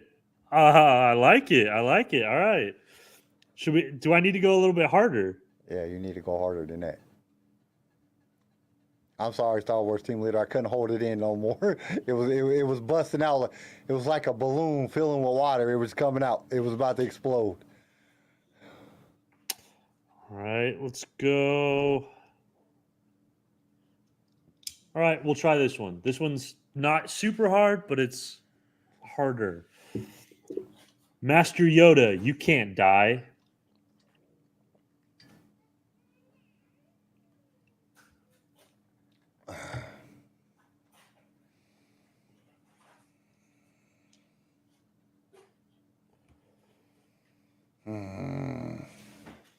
Do you know this one, Kyle? Uh-huh. Oh, you do? Damn. Uh-huh. I should have gotten some more obscure ones. I don't know. These are good though. These are good. I like these. I like this. You gotta do more of these, so I don't always have to do the quiz. Come on, Star Wars team leader. I'm getting impatient.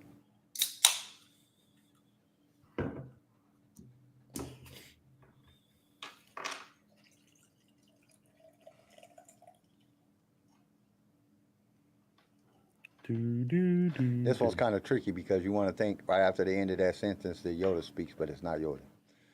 It's a loop. Really?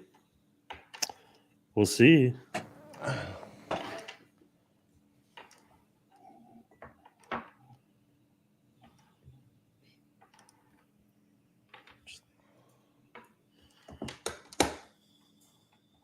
I'm not sure of your order.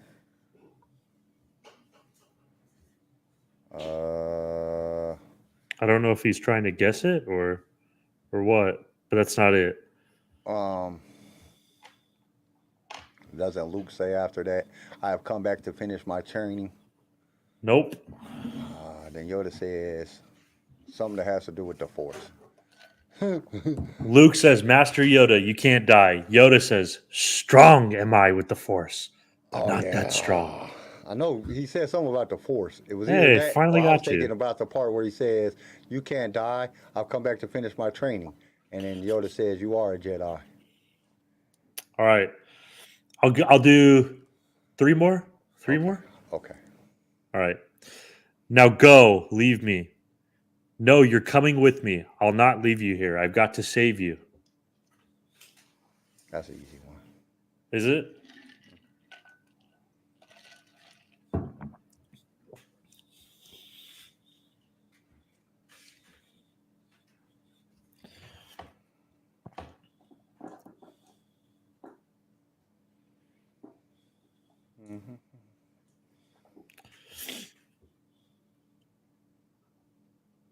You already have.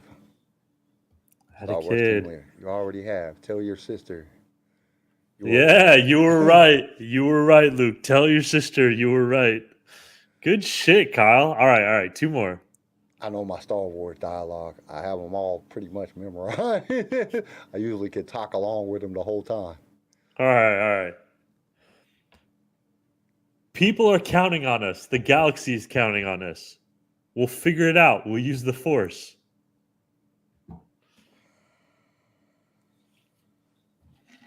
Shit, you done stumped me. I don't know. Say it Yeah. again. People are counting on us. The galaxy is counting on us. We'll figure it out. We'll use the Force. Obi-Wan. I know it's Obi-Wan talking to Anakin. I just can't Nope. place. Nope. Anakin talking to Ahsoka. Nope. Oh, these are all movie based. These are all movies. I guess I should have said that. These are all going to be movies. If I went TV shows, that would be too hard, dude. Yeah, I don't know the TV show. That's why I thought it might be a TV show. Oh shit! Come on, Star Wars team leader. You're gonna have to save us on this one because I don't know. Shit.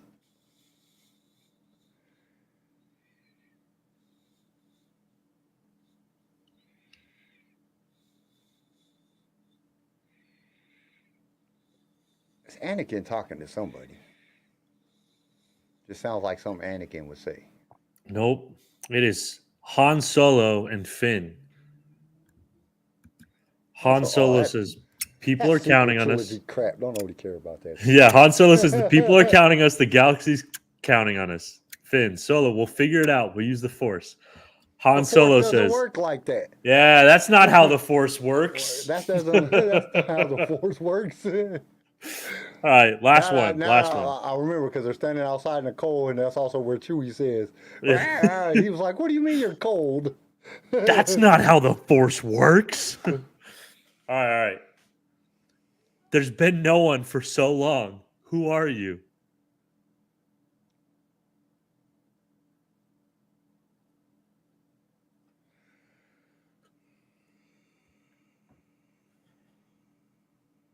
This one's going to be hard for multiple reasons.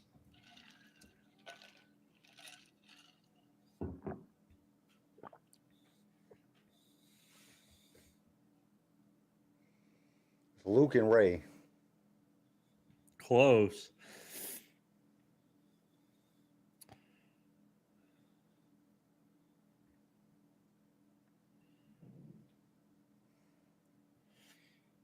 There's been no one for so long. Who are you?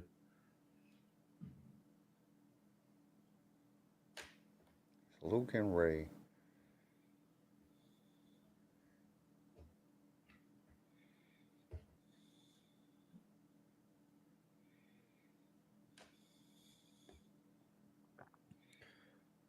Master Skywalker, your sister sent me. Nope. Shit. Tatooine and Elder. There's been no one for so long. Who are you? I'm Ray. Skywalker. Ray who? Ray Skywalker. Oh, there God. you go. That was hard for multiple reasons because we don't want to call her that. All right. That was a pretty good quiz. A little bit easier than some of ours, but also some obscure ones in there.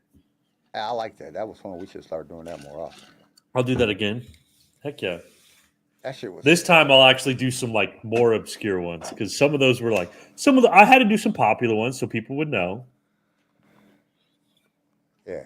Once you get in a sequel trilogy, you lost me because I don't know. I know, same. The only reason I knew those two, but that's because like that's not how the Force works. Is like one of my favorites, and exactly Star Wars. That's why I knew that one would be hard. Star Wars team leader said I wasn't going to dirty my mouth with those words. LOL. Yeah, when you get into it, I watched them a lot of times, but I haven't watched them enough to know them like the original and prequel trilogy shit. You could probably ask me any prequel or original trilogy one. I'm going to be close, but you could start getting into the sequel trilogy. I'll be like, what the fuck? Like, who cares? Like, that ain't even Star Wars. That shit is alternate universe Star Wars. That's Disney. Once you get into Disney, you lose me. I know the originals. And the Alternate universe Star Wars. Yeah, that's not real Star Wars. That shit came from a distant galaxy not so far away called Disney. All right. All right, guys. Well, I hope you guys have fun. I hope you guys enjoyed the show. We will be back next Sunday, 11:30 Central Standard Time. Is it Central? Yeah, Central Standard Time. So whatever time your guys are in, just figure it out. Yeah. And we'll finally be talking about the Bad Batch episode that has finally come out. Hopefully we do an By that episode on Wednesday night, but that all depends on scheduling. Yes. Because I should be off in time, but Garrison's schedule is kind of messed up. So, you know what I'm saying, he doesn't know what time he'll be off. So, but we will just look for us on Wednesday night. If we don't pop up, we'll talk about it on Sunday. If not, we'll be here. We will do a Wednesday night show until March. Because in March, my schedule is going to be all messed up, and I don't think we're going to be able to do a Wednesday show. It's different when you got to count on other people to get you off of work. So it's different. So we will see you guys hopefully Wednesday. If not, we'll definitely be back on Sunday to talk more Bad Batch. So we'll see you then. Stay outrageous, and may the Force be with you always. Thank you for tuning in to LSR. Thank you for tuning in to LSR. If you've enjoyed the show, consider subscribing so you can be notified when new episodes are released. If you would like to be a guest on the show or just want to give us some feedback, feel free to email us. You can also reach out to us on all major social media platforms. LightSaber Radio is produced by Pickfilm Media and is a Swaycast original, starring Garrison Turcotte, CJ Elliott, and Kyle McDaniel. And don't forget to join us next time for more adventures in a galaxy far, far away.